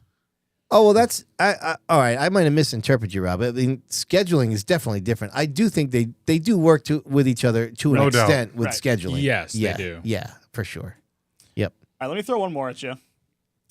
This November 1st date, I think, is when the finalized street stock rules are going to come out. They were posted, but then after the fact, I believe it came out and said we're actually going to tweak things slightly, and we're going to have a final report to you guys by November 1st. If there are any tweaks. If there are any yes. tweaks to be made. Maybe just delete the Stafford stuff. Yeah. I mean, that could be good. Yeah. I don't think they're going to be going to the Stafford website to get tires for the bowl. Stop being a jerk. Sid. Right. Okay. Yeah. Go ahead. Sorry, that was needed, Sid. Thing. We got to lament it a little bit more. But do you think it's enough time? I mean, how are these long-time guys going to react to this? Is it a viable time frame for them? Of course. How can you not Absolutely. give them any more time? That's the most time I you think can that's the give most them. amount of time possible. Yeah. Yeah. Yeah. Right as the season ends, boom, rules package for next year. Well, I think about Diego. What were we talking about with? What do you think? I think it was McKennedy, and how like you were saying how you were amazed how like it can take you all winter to build a car, and then you can put it together in 3 days if you have to. Right. Right. Like so just thinking about that, like it's plenty of time. Oh, yeah. If they want to race the streeters next year, they'll figure a way to no make. doubt. Yeah, they'll make no it doubt happen. at all. Yeah. It's plenty. I mean, it's, it's absolutely fantastic that the rules have come out this early. I am right now begging because I know there's truck changes, and I have a yeah. truck now, and Lynham has pretty much set the standard in the truck, so Right. they're making rules changes. I mean, like, we're starting to strip our stuff. Like I'm a worker.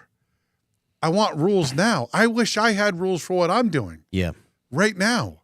Well, I'm curious to see, since they gave the street stock rules out that early, if you're Waterford, does that kind of make you more obligated to get the other divisions rules out quicker Right. as a Probably. result? I mean, That is especially your hope I so. hope so, yeah. if you're making changes, Right. definitely. Yeah, Well, I mean, because they otherwise, I mean, when did they release them last year?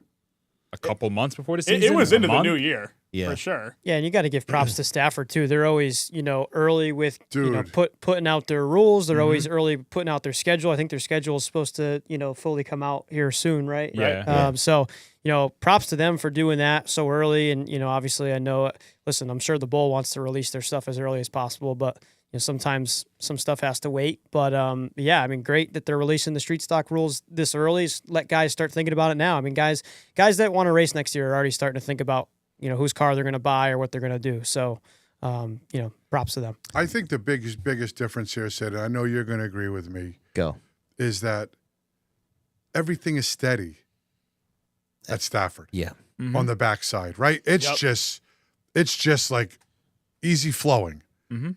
At the Speedbowl, You never know. you don't know who's in charge next year or what's happening. Yeah. So it's very hard to get together and say, okay, let's put a schedule together.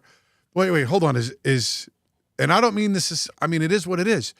Is this person running the track? Are we going to have that race next year or not? Well, let's not put out the schedule yet because we're not really sure what's going on there. There's so much uncertainty where Stafford has such a great backbone that it's almost easy for them to keep going. And that's how the Arute family has set themselves up, right? Yeah. They set themselves up for success. Yeah, basically, if you have your shit together and you get your schedule out first, you don't need to worry about Right. conflict. You don't need to worry about anything. Right. That's Let right. the others worry I about remember when conflicting. this first came up. I mean, we've been talking about street stock overhaul at the bowl almost the entire year now. And I Right. forget who it was. I don't know. It might have been you, Diego, but somebody in here basically said in an absolutely idealistic world, you would have like the entire season. Like they would say at the beginning of this year, we're going to change the rules for next season. But I mean, what you're saying with the instability over there on the administrative side, is that even feasible for that to happen? That's right. Right. The rules included. Right. Well, it's rare to post the rules for next year at the beginning of the current year. Yeah. I mean, Yeah. personally for me, right, like the way I look at it is, when you finish out the season at the bowl, the last couple of years, I'm sure, Diego, you can agree, it's like, well, hopefully 2020, the next year is happening, right? Right. I don't know. Whereas like Stafford, the season ends and you're like, okay, well, we'll just get ready for 2026. We know next season's happening. The key's going into the gate to unlock the gate, in Right. April and we're racing. But at the bowl, sometimes there's some uncertainty. You don't hear anything for a few months over the 100%. winter. And yes. Yep. now with them posting, oh, here's our 2026 street stock rules, you're like, okay, cool. So now we can plan on racing at the bowl next year because they're already starting to work on 2026. Right. So that's the way I look at it It too. has to feel good. Like Yes. you have to be happy Yep. as a Speedbowl guy. That's all I want is some kind of foundation. This is a foundation for those guys. Yes. No doubt. All right. I have a question for you Uh-oh. with the trucks. Yep. The Speedbowl trucks, the Evolved Truck Series, Yep. and the Seekonk trucks. Are those three different sets of rules? Pretty much. Really? Yes. What's the big difference with the pro trucks and Waterford Well, the trucks? pro trucks, you can run any motor, right? So they have a claimer, which is I mean, it's like a claimer rule for the engine? $3,500. That's Yeah. carburetor, pulleys to pan. You can't even buy a deal like that on Marketplace. Now, that's the rule where you can take someone else's engine? That's right. Yeah, Right, but you have to run a certain amount of races to be able to do that. right. But they have a lot of rules. They're very similar to the Speedbowls in some ways. Yeah. But Marshall has some added ones, and the Seekonk rules, they are like literally S10s. I mean, they're all short wheelbase, little trucks that they're able to come run on Marshall series. None of them really come to the bowl and race. But yeah, they're all three different. Marshalls and the Speedbowls are probably the closest, but they're still motor differences, carburetor differences. Tires too, right? Isn't Tires Yeah. are a huge yeah, part there. right? The one series has a bigger tire, slick tire. Other Yes, ones are and that just happened over the treaded. past Yeah. 2 years. They changed to big 10-inch tires. That's bigger. That's bigger than the late model And tires the at the Speedbowl Speedbowl. runs treaded tires. Treaded right? Yeah. tires. Yeah. So there's quite a few differences, but it's nothing that a Speedbowl truck like we ran this weekend without a couple days in the shop could adapt Yeah. Right. to go run the series and be competitive. Yeah. Marshall's made it so that you can run. His idea is to keep the budget. That's why there's a claimer rule for $3,500. He doesn't want you to go out and spend $10,000 on a motor. He doesn't want you to spend $3,000 on a tranny to get. Didn't rammed Ryan out. Kuhn's motors didn't Just somebody got claim claimed it at the World for Series? 35? It's a That is 604. so cheap. 604, fully dressed with a carburetor for $3,500. If I ran the series, Surprised it took that long to get somebody I to claim couldn't it. claim it because the part of Marshall's rules is you have to run the whole season to be able to claim somebody's motor. Which is smart. Right. I can't just show up because if I could have showed up and claimed the motor, I would have claimed it. And unfortunately, you're stuck there pulling it out yourself too. Right. You know that sucks. I know Kuhn was that at the takes track time. late after winning the championship too. They were at the track pretty late pulling that motor out of there. So that part of it kind of sucks. Yeah. Who claimed it? Uh, The 151. yeah, the 151 claimed it. Oh, gotcha. Yeah, but you know, he dominated the show. You do that so you don't go to the dyno. Yeah, Right? yeah. Right. So it's a great rule. He wants you to buy the $3,000 motor that's online Yeah. and go race. He wants to keep it affordable. So All right, let's move on, Diego. You ready? yeah, let's Your go. favorite segment. You know how we do it. Oh, is this here. me? It's you. I know. Across it up. Yeah, that's strange. Strange, Diego. Nice.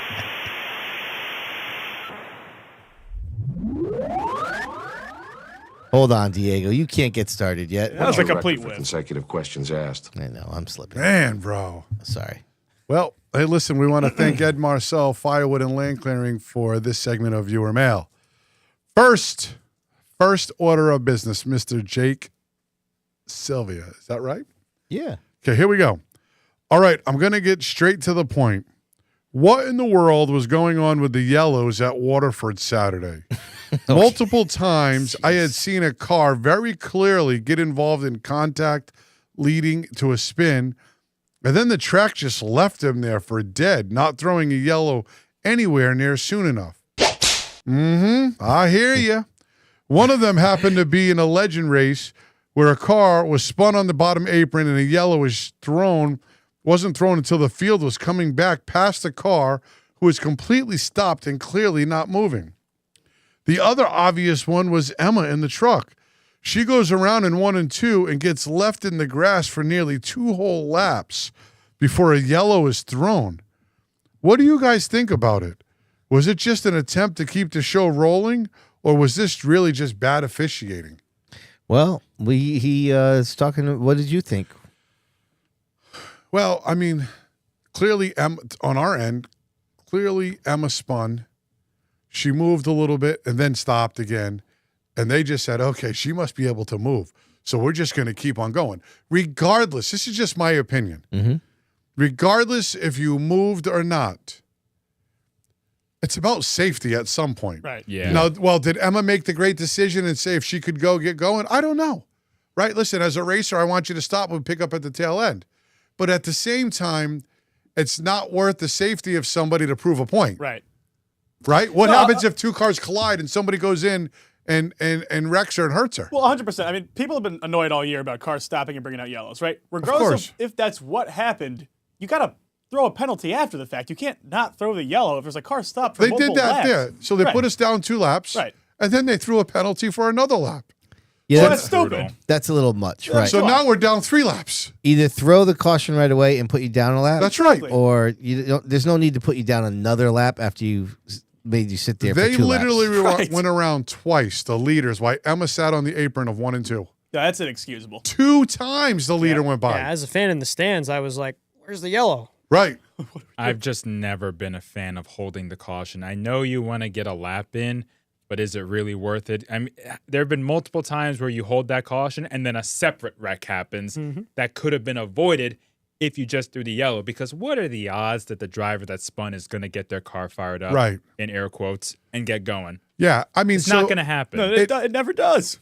you just have to. I mean, I understand you want to move the show, but do you want it on your hands if somebody gets hurt because you felt like saying, they could probably move, right? And then somebody gets hurt, whether it's the car on the infield or a couple cars get collected and hit the car in the infield, and it turns into something way bigger that should have never happened. Right. Well, remember the Haidar Cormier deal? There was a Right. wreck in Just gonna turn bring one, that and up. they Right. had the Yep. wreck on the backstretch. That's right. You Perfect could argue situation. if they just immediately threw the yellow in turn one for that 3-car accident, that backstretch wreck may not have happened. Right. I mean, especially if it's obvious that they're going to wait. Like, Right. once they've been sitting there for like 5-10 seconds, I mean, you go into, all right, get the spot now Well, mode. they wrecked in turn one, so you're not completing that lap because if you do, they're going to go full bore into turn one with those 3 cars stopped up there. Right. All right, we're moving on to Jamie. Thanks for the question, Jake. After watching some old school SID's videos this past week, I watched the Home Run Derby episode Ooh, I like that. where Sid matched drivers with fans to play some baseball. My question is, do you think racetracks should do more fan-driver interaction activities on race days? And is it beneficial to the track for having more people fill the stands? Also, a question for Diego. Do you remember who now current driver was your baseball partner? So I can tell you this. I used to look forward to this every year. Who was your partner? My boy Frolino. Okay. Hell yeah, man. Nick? Yeah, man. We were bombing them too, bro. Oh, we were good. But that was always I fun. threw you meatballs. Oh, yeah. Your pitching sucked. Dude. But anyways. You know, you played me in a real tournament, and you know how it turned out. Dude, your arm is garbage, It is all right? that. Just the thought of doing that now makes me want to have rotator cuff surgery. Oh, I remember having, remember the field we set up at one of your parties? Oh, yeah. And We did that tournament for a long time. And I emceed it one time, too. Yeah. I'd have more drinks and MC the party. Yeah, my buddy But- Steve down in Quaker Hill. Oh, it was Yeah. classic. But, man, listen, Jamie brings up a great thing. That was a lot of fun. And Yeah. it was great back then because there was a lot of fan engagements Yeah.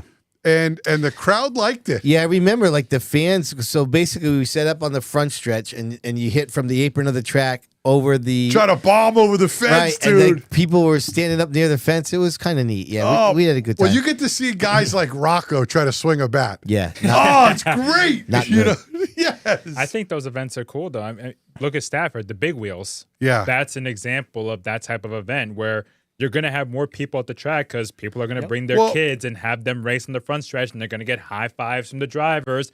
Drivers going to be waving the green flag, waving the get to go checkers, out on the taking track, pictures. yeah. Yeah. I like those type of events are really cool, and especially for the kids, that's how you make them come back or make their parents Well, bring them back. You know what the great part about SIDS was kind of like what they did this week at the Speedbowl was you got teamed up with a driver.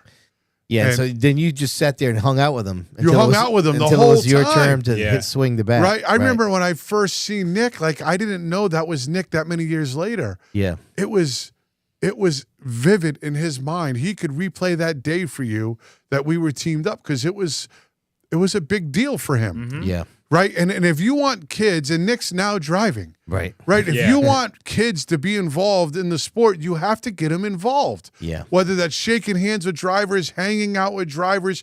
I mean, they become a fan of yours for life. Right. The pit parties are very important because of that too. Right. And I don't even know if there's enough fan engagement there because, drivers are kind of just mingling with their friends behind the car. Yeah. There's nothing like that one-on-one time that It's you would only really a handful of drivers that really set up to engage with the fans. A lot of them, I don't think it's because the drivers don't want to be around the fans. I think it's just a lot of drivers are actually shy, Right. and it's just kind of not their thing. you Right. know? Right. Not for like sure. our man Andrew over No here. way. Yeah. I would be all Andrew's- about that. I Yeah. wish I got to be a part of that. Hopefully we can maybe do something like that in the future. But Andrew's great with the fans. Seriously, honestly, like the poster child for the way to speak. And, his dad's done a great job bringing him up as a kid. I've known Andrew a really long time. And things like that, I know Andrew has fans. And, I mean, a lot of them would love to team up with you to do different little events. I wish tracks, including Stafford, would do more things like that to team people up maybe one-on-one and do, instead of just signing an autograph and saying, hi, let me have your hero card. Yeah. There's different things that maybe can be done. And I think tracks have to try to reach out and do more, Yeah, we need to especially with kids. We got to keep these fans happy because without them, There's nothing.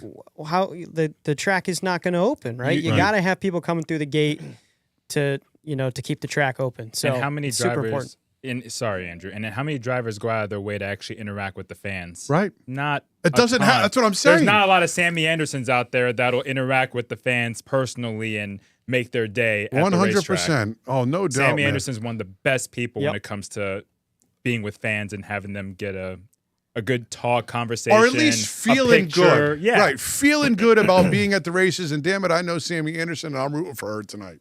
Oh, we all are. Yeah. Yeah. So, all right, cool. Moving on to the next one. I attended the Smacktoberfest and loved. Hold on a second, Diego. Our girl Reminator here, she wanted to say a couple things. Okay. Yeah, go ahead. Sorry to interrupt. Go. But if you want to send us questions, send it to sidsviewpodcast@gmail.com. Back to you, Diego. Oh, thank you, Remy. What a little sweetheart she is. All right, here we go. This is from Missin' Racing 18. Okay, here we go. What's the name? Missin' Racing. Missin' Racing. That's what it says. Season's only been over for a couple weeks. Okay. All right. Look, can I read this, please? Yeah, let's go. What? Come on. Come on, that was so obvious. I attended the Smacktoberfest and loved the format. My question is, do you think that more time in planning, there could be a street stock day similar with the Stafford Streeters, Speedbowl Streeters, and Seekonk Streeters, all with the 25-lap features, and maybe the top 5 from each of those races move on to a 15-lap shootout at the season end non-point show? Cars must be legal for the track they run and have competed for a certain amount of races. Thank you for the great show every week, James B. Wait, so what they're saying is like top 5 in points from each track's division all race against each other in a 15-lap exhibition? The way I took it is they run 25-lap features for each track. So the Waterford OG Streeters, Stafford OG Streeters, and it's hard to compare the Seekonk Streeters because they're not the same. Yeah. So we'll just say for this sake, the OGs and the Stafford Streeters, and they said the top 5 from each, but let's just say the top 10 from each, and they have a big money race. So there's an invitational race coming up at the Speedbowl. Like an all-star race. Like an all-star race. Yeah. And then there's a big money race at one of the tracks that's bonus money starting 20 cars. That'd be cool. It's a cool concept. It's just the Seekonk rules that raise the question mark for me. I think you would have to eliminate Seekonks because they're not the same rules. Right. But could you imagine if hypothetically Stafford and Waterford could get together and switch tracks every other year and do something for the streeters every year and run a big money race and have like Sid's View podcast sponsor it for $5,000? Oh, sick. Get on Now that. this would be Sick. fantastic. Oh, What a nice we're guy. talking. That Sid's was View podcast presented by Critical Screen Printing. that was going to be my question: is where's the purse money coming Well, from? I mean, I'm sure there's people. I mean, Sean raised enough money this week to kind of pay something like that out. I think it could be done if there was an invitational every year. I think it'd be great for fan engagement or racer interaction weekly between the divisions. I mean, I don't know if it's feasible, but I would love to see something like that happen. It's a cool concept. I agree. It's just, the practicality. I'm not, especially doing it every year and rotating between the tracks and It would be fun, keeping though. a consistent purse every year. It would have been fun last year if, let's say, Haidar won the championship and he had to come down to the bowl. Would he have to? Well, if you want to, it's a non-point invitational. And if you forfeit your spot, maybe then the 6th place guy gets it, right? And so, but if it's paying $4,000 to win, why wouldn't you go try? Right? I mean, you don't get purses. I mean, it's a great thought. I mean, I love the idea, but we're going to move on to Jeremy because Jeremy is one of the number 1 fans of this segment here. So one of the number 1 fans. Oh yeah. What are you, fucking stupid? Oh my God! That was the best use yet of that. No, Good it's job. not, Rob. No, I No, think it's it was. not. Are you sure? There can only be freaking hell. There can only be All right, you one ready? number 1. Quiet down. Okay. Should the Speedbowl utilize people like Dave Barabal and Sean Monahan have proven time and time again that they can promote and find sponsorship for events? Maybe put them in some sort of management capacity. What do you guys think about that? No. I mean, if they want to hire them as track employees to do that, I'm all for it. But you know my thoughts on this. As much as, Dave's stuff is event is popular, and everything your brother did. To me, these aren't. It's not long-term answers. Unless your brother says he's going to be the promoter of the Speedbowl now, then Right. okay, let's. So let's that's talk what about I it. mean. Really, what But- they need is somebody that promotes the Speedbowl. I'm like not a that. big fan of having just people that don't work for the track promote events. Yeah. It's not. I mean, that was a one-off event, and it was a really great vibe, and there's a lot of positivity to it. But that's not a long-term solution to successfully promote a track. Yeah, you cannot rely on that. And if you put Monahan or Barabalt in a full-time employee position or some paid position, that's one thing. But is that really going to happen? Right. I don't think that's really likely. Right. Well, So some- you go ahead. I was going to say some of my favorite years at the Speedbowl was when Sean was the GM. I mean, love him or hate him, he did a great job of running job. that place. So Yeah. Yeah, you just can't keep relying on the non-promoters, Right. even if they work at the track, Yep. creating some of your biggest events at the track. That's tough. Right. Yeah. That's tough. There's a second part to this question. Go. The Speedbowl posted that they changed the street stock rules for next year. What does this mean for the non-racer listeners? Are they like Stafford and the OG street stocks again? So yes, I mean, if I'm going to answer the question, I mean, yeah, we were joking about it the whole show. They Yeah. basically copy and pasted Stafford's rules. it's the same thing. But like Keeter said earlier, so aren't the SKs. So aren't the SK lights. Right? So what's Yeah. different about those divisions? And there's nothing wrong with that. Right? They're all the same divisions now. Right. It's the same rule book for all three divisions. Right? So I don't know what the big deal is. Right? They do it for nobody said anything about the SKs or the SK lights. Right? Do you sense is that a problem? Is it, No. I just wasn't sure if it was like, because they copied Stafford rules. And I'm not sure if there was a problem, but I had thought about this earlier, even before Keeter put it down. I'm like, this SK lights, they all Is it run just the rear gear that's different? That's it. Pretty Yeah. much. But everything else is the same. And then I you think got to go with what works. I mean, Right. don't forget there was a time when there was X mods, Thompson mods, and SK lights Right. were actually the last ones that were Right. created as an entry level division. right. And eventually everybody went to SK lights because that's what was the most successful And one. it was working. And it worked, right. Yeah. So I mean, I guess there's some. I mean, the tracks have worked together in that without even trying, really. That's not really the tracks working together, though, Diego. That was the Thompson and Speedbowl coming to the realization that their idea wasn't as good as Stafford's. No. And they decided that they were like 100%. Yeah, But I mean, you have to get over some sort of pride Yeah. to be able Yeah. to say, okay, listen, we're gonna follow suit. Is what I'm right, saying. Because right. That's not them working together, though. yeah, I You guess know, yeah, maybe I misput that, Yeah. but they're on the same playing they're- field. right. The end result is they got on the same page. That's right. right. That's yeah. right. All right. Enough of that. All right. We got one last one. This is from my boy Joe. Joe Okay. is a sweetheart of a guy. Mm-hmm. Okay. You guys ready? Oh, yeah. It says, "Hi, I just wanted to say again how much I enjoy the podcast and your dedication to our awesome sport. Hope to see you guys this weekend as we close out the season at Seekonk. I actually get to be a fan as the senior officials work this race, so it'll be fun to watch as I am usually in the pits keeping people safe and traffic flowing. Also, the off season is a struggle. Will you still be broadcasting each week?" And then he says, "Thanks again. You all have great chemistry and do a fantastic job." And it's your Seekonk track official, Joe. I think it's Pavio. I think I'm saying that right, Joe. I'm sorry if I butchered that, but Sid, I'll let you answer that question. Yeah, so we will get more concrete dates here as we go along, but we're going weekly until the second week in November. So we have a 3 more shows, I think that is, and then we'll do a Christmas show about a month after that, and then we'll have maybe 2 or 3 shows in January, like we did last year. Try to get some of the people that have a longer commute that maybe we can get them in here when it's not such the hustle of the race season. And then we will start weekly again the first Tuesday in March. We'll get right into it with our March Madness. We got to figure out what we're going to do for March Madness. Oh, I Craig. love that part, though. Maybe we have to. Can we come up with 64 streeters to do a bracket for streeters? Oh my, dude, that would be so awesome. Maybe we could do a past and present. Oh, like a Legends type thing. Yes. So Ooh. these guys don't know about them. They'll have to do some investigative work. Yeah. That'll be fun. So, anyways, that's the plan. As we get closer to the end, we will definitely. That'll probably be the last. The the last weekly shows what's on tap will be about what our shows are. So we don't go weekly. We take a little bit of hiatus. However, there will still be reels almost every day. And there will still be Thursday content. We have a lot of content still from our guests throughout the season that we have not released yet, and we will continue to drop those on Thursday. So there will still be content, even though there won't be live shows.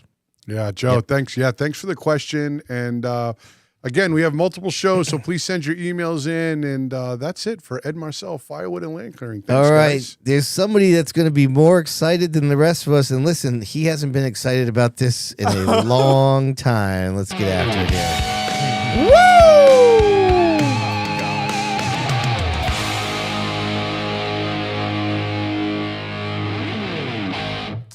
All right. Yeah. Oh, yeah. Who's the winner this week, bitches? Diego got himself 2 wins. Rob and the hot seat got on the board. Remy and I just freaking...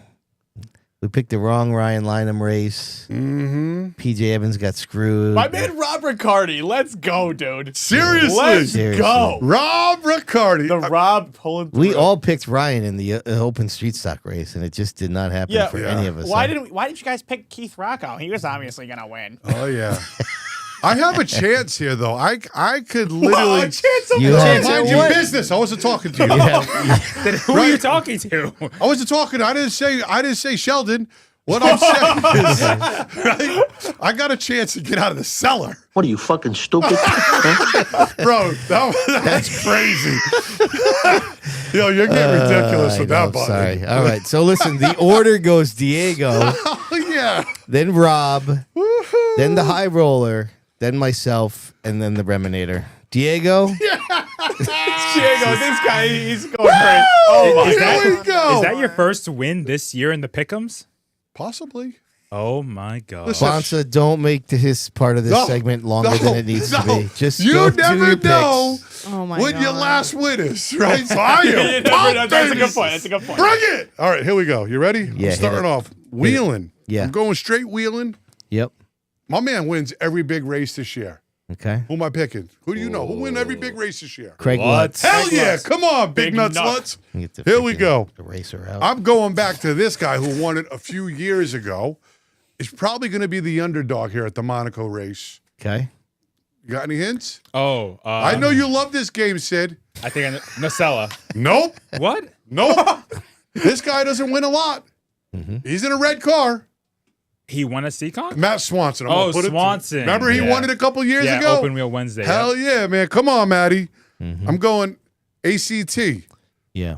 The guy that won it last year. Did he win it last year? Just say the name. Eric Sands. You Okay. introduced him like that. Yep. You guys like the way I do it, huh? Come on, let's get the crowd up. All right, last one. Open street stocks. I'm going back to him. This is home track, Ryan Lynham. Yep. Okay. That's me. Okay. Good luck, y'all. Don't copy me either. Rob, over to you. All right. So my picks were not as energetically decided. I mean, Diego, I just can't match the energy, so I'm just going to read it to you straight. Monaco, I got Matt Hirschman. Act, I got Derek Luchacki. Tour, I got Justin Bonsignor. Streeters, I regret to pick him this week because, the universe is probably going to correct itself on him because of the pick over there, but I'm going with Lynham for the street stocks. Oh, what a copycat. Holy chalk. Right. Jeez. Dude, I have nothing to do but play Who's up defense at this now? point. You expect me to make some crazy The pick? Mole Daddy, Man. Yeah. Mole Man. The Yeah. Firecracker, let's go. All right. Waylon, I'm going to go with Luke Baldwin. Ooh. Go Luke Baldwin on that one. God damn In it. stereo. I'm not going to have her eraser now. Son of a bitch. That was my third name on here, by the way. But Yeah. I'm going to go with Ronnie Williams for the tri-track Great race. pick. Pretty Okay. consistent over there. I think he'll do well. And American Canadian Tour, I'm going to go with Gabe Brown. He's on a hot streak. Oh, Boy. could you imagine that? My boy. That would be a record year. Big Gabe Brown fan, so we'll go with him on that one. And then we'll go with Open Street Stocks. We'll go with Adam Petty. Good pick. Champ. Yes, sir. Okay, who's next? I'm next. Sydney! Which one of you losers are next? He's still a Whoa, racing. watch it, buddy. You know. Don't get too excited. Man gets his We first still got win another in week. 20 weeks, and he's talking smack. It's unbelievable. Don't let me win 2 weeks in a row. It's going to get bad. It's already bad. All right.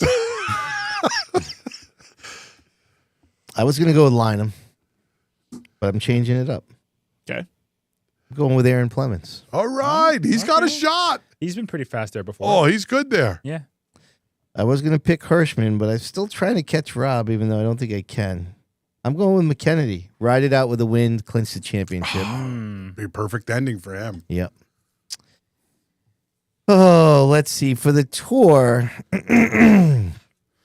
you know, I was going to pick this guy, and then that happened, and then this guy, and then that happened. Here we go. Here he goes. Dilly-dallying around. I went to Murph's shop this weekend, Fuck, I didn't want to jinx him. and I was scolded not to pick Right. Austin Beers. Now, listen, I can pick whoever I want. You know what I'm saying? Pick it's, 'em. It's the, it's, Pick 'em. it's the Come on, Sid View Sid, do it. podcast. Come on, Sid. I really like those guys, though. I don't want to miss them off. So who is it going to be? I'm going to stay with my original pick, which was the Big Nuts Lutz. Whoa, okay. Oh, my. Yep. Double it up on nuts. And I'm going to go with Raphael Lassard in the act race. Okay. All right? That's my 4. Reminator, hit it. Okay. So, wheeling, I go Justin Bonsignor. Monaco's Jake Johnson. Act, DJ Shaw. And then Street Stocks, Adam Petty. Okay. You guys know that Adam Petty's going to be in that race? No, but it's a good guess, huh? Yeah. Hey, listen. I didn't even necessarily know Lynham was going to be there until my good man James being here. Well, I actually messaged Ryan. He is going to be in the race. Ryan let's Hill. go. Ryan Line. Of course. Yeah, he'll be Imagine there. if you just dropped that he wasn't going to be in. I mean, that would be kind of epic. Okay. Didn't happen, though. Very sad.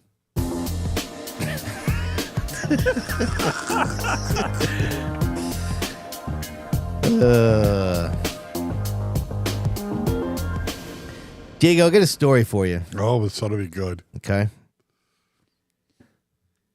September 21st, 1998, which, by the way, just randomly happened to be my sister's 30th birthday. Deion Sanders of the Dallas Cowboys, he had a field day against my beloved Giants. That night, as a cornerback, he had a 71-yard interception return on defense. He had a 59-yard punt return on special teams. And he also had a 55-yard reception as a wide receiver on offense. Huge impact plays in all 3 facets of the game. At the time, it was probably the greatest performance in sports I'd ever seen by one athlete in terms of pure athletic versatility until last Friday night. I don't know if you saw, on Friday, the Los Angeles Dodgers international superstar Shohei Ohtani pitched a 6 innings as a starting pitcher. He gave up 0 runs, only 2 hits, and struck out 10 batters. At the plate, he went 3 for 3 with a walk and 3 solo home runs, including an absolute moonshot Come for the on. second one that he hit out of the stadium altogether. The Dodgers won the game 5-1 to sweep the Milwaukee Brewers, who were the best team in baseball during the regular season and were undefeated against the Dodgers in the regular season to go back to the World Series for the second straight time. Ohtani became just the 12th player in the 120 years of postseason baseball to hit 3 home runs in a game, and the only one to have pitched 6 scoreless innings That's unbelievable. in the same game. That's unbelievable. Now, Babe Ruth is the only player to hit 3 home runs in the postseason game twice. He did it both in the World Series. And Ruth was also a dominant pitcher early in his career, but he largely gave up pitching once the Red Sox traded him to the Yankees and became a legendary power hitter. As a matter of fact, Babe Ruth had the record for the most home runs in the season, 60, and that lasted until 1961 when Roger Maris beat it. Most people forget that Whitey Ford also beat a scoreless innings streak in the World Series that Babe Ruth also held. Anyways, Ohtani is just something unworldly. I got a couple screenshots for you.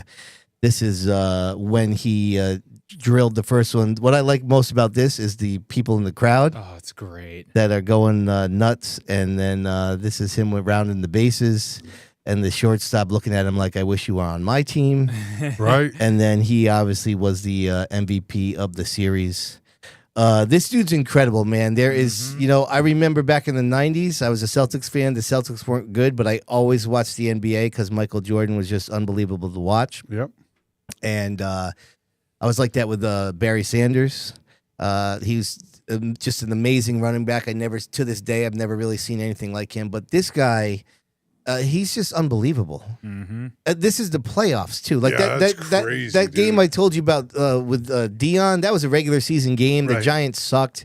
Like it wasn't a super impactful game. Like Right. this was to go to the World Series, and he just dominated. Did you remember when you played Little League, usually the best player either played shortstop or pitched? Right. Right? And he'd course. get up and bomb homers. Yeah. That doesn't happen as you get older. Right. Yeah. It did just with him. Seriously. Like Two-way players are so rare these days. Right? I mean, they're just non-existent. Yeah. Right. There's nobody that does it. I'm pretty sure, international players, there's like a bidding war, and that was basically like part of the deal. Like if the team did not agree to let him be a two-way star, he was not going to sign with you. Right. And I mean, good for him, man. Yeah, really. I'd love it if there was more people that did this. great. But I mean, you have to have the talent to do Yeah, it too. true, You true. know what I mean?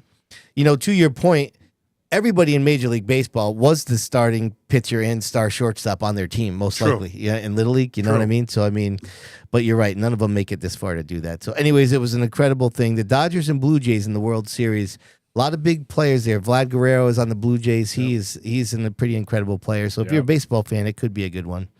Anyways, let's get back to racing. We got to find out who won the week here. Who are you?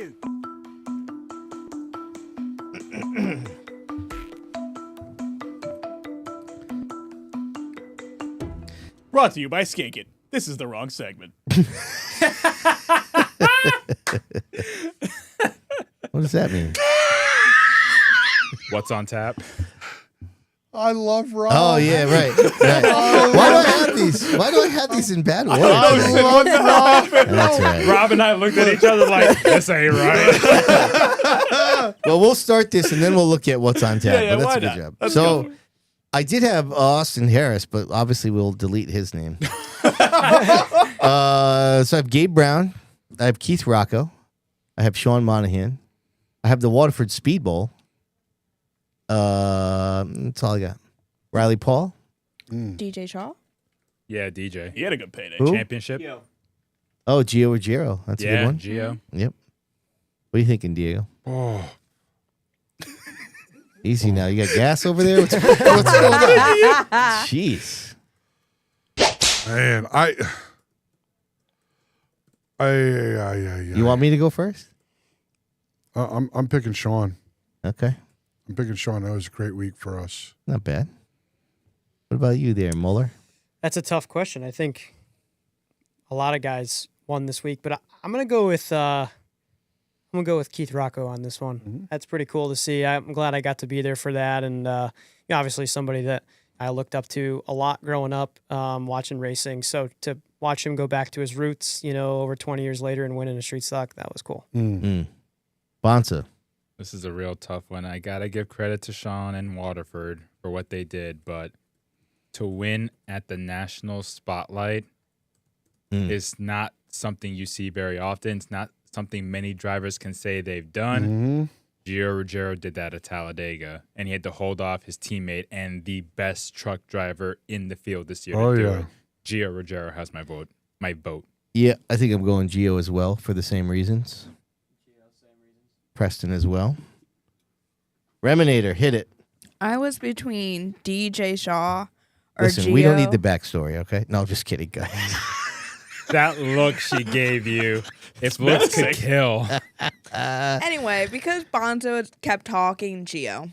Oh, wow. I don't know if that's a compliment or Seriously. shade. No, it's a compliment. All right, I'll take it. Thank you. All right, well, we can keep those votes going, Rob. You keep your eye on the tally Yeah. here. Let me see if I can put stuff back in the order that it is supposed to be. I clearly don't know what the hell I am doing today. This is unbelievable. All right, big thanks to our friends over there at Critical Speed. Oh, yeah. So the tour is at Martinsville. That's in 2 days. And then we'll be over at Seekonk for the old Haunted 100. You know, strangely, there's a logo for the Haunted 100 for Monaco, and then there's a logo for the Haunted 100 for Act. Strange. Open streeters. Stafford's got the motorcycle swap meet.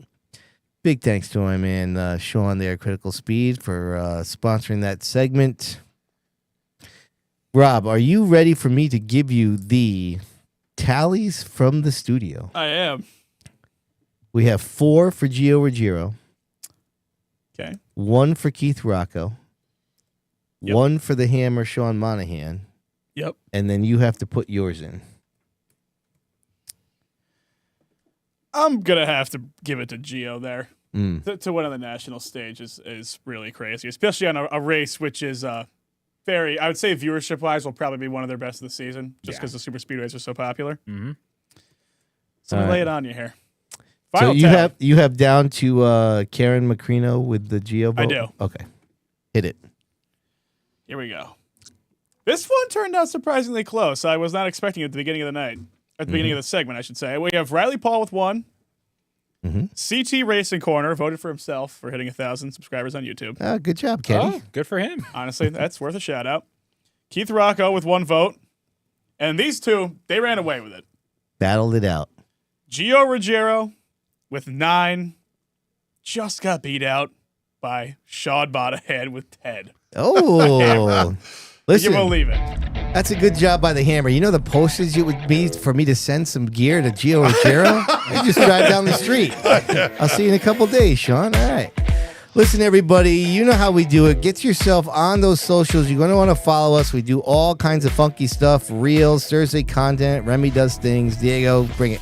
Hell yeah, man. Thanks to Fowler's Auto Wrecking for the weekly update. Of course, Waddell Communications for the Nostalgia Nugget. Hoosier Tyrese for the Popcorn Stat Chat. 32 Signs for the weekly pick'ems. Ed Marcel, Firewood and Land Clearing for viewer mail. Serve Pro of Norwich for the Chalkboard Chatter. Of course, Monaco Ford for the results ticker. Riley's Generator, always solid with the pop culture minute. Man, I stuttered there a little bit. Critical Speed, vroom vroom, for what's on tap. All right. Skink It LLC, because that's Rob's favorite for Who Won the Week. JL Motorsports for the point standings. Thanks, guys. Of course, Mid-State Site Development for the stat drop. And did you know? Obviously couldn't do without Seacon Grand Prix for always firing up the hot seat. And I don't, it's hard to say it's back-to-back champion almost. I mean, just our second back-to-back driver to come back, Mr. Andrew Molleur, whatever I said. Yeah, I don't know what the hell you were saying. Yeah, thanks for coming, man. Thank you guys for having me. I really appreciate being back in the studio with all of you. And thanks to racechoice.com for letting me leave work early today. My boss, Dave Prince, for being able to get here. Yeah, good job by you, Dave. Way to put a plug in. Hell yeah, Andrew. It's always great having you, man. And of course, Bonza and Preston, you guys rock it out all the time, man. So thanks for your help. Vault Productions, the studio is just badass, man. What else can we say about that? Word. All right. Last but not least, I say it every week, but I genuinely mean it, and I know you guys know it. Thanks for being awesome. Thanks for always chatting it up on the live chat. Thanks for being committed to the podcast. We appreciate you very much.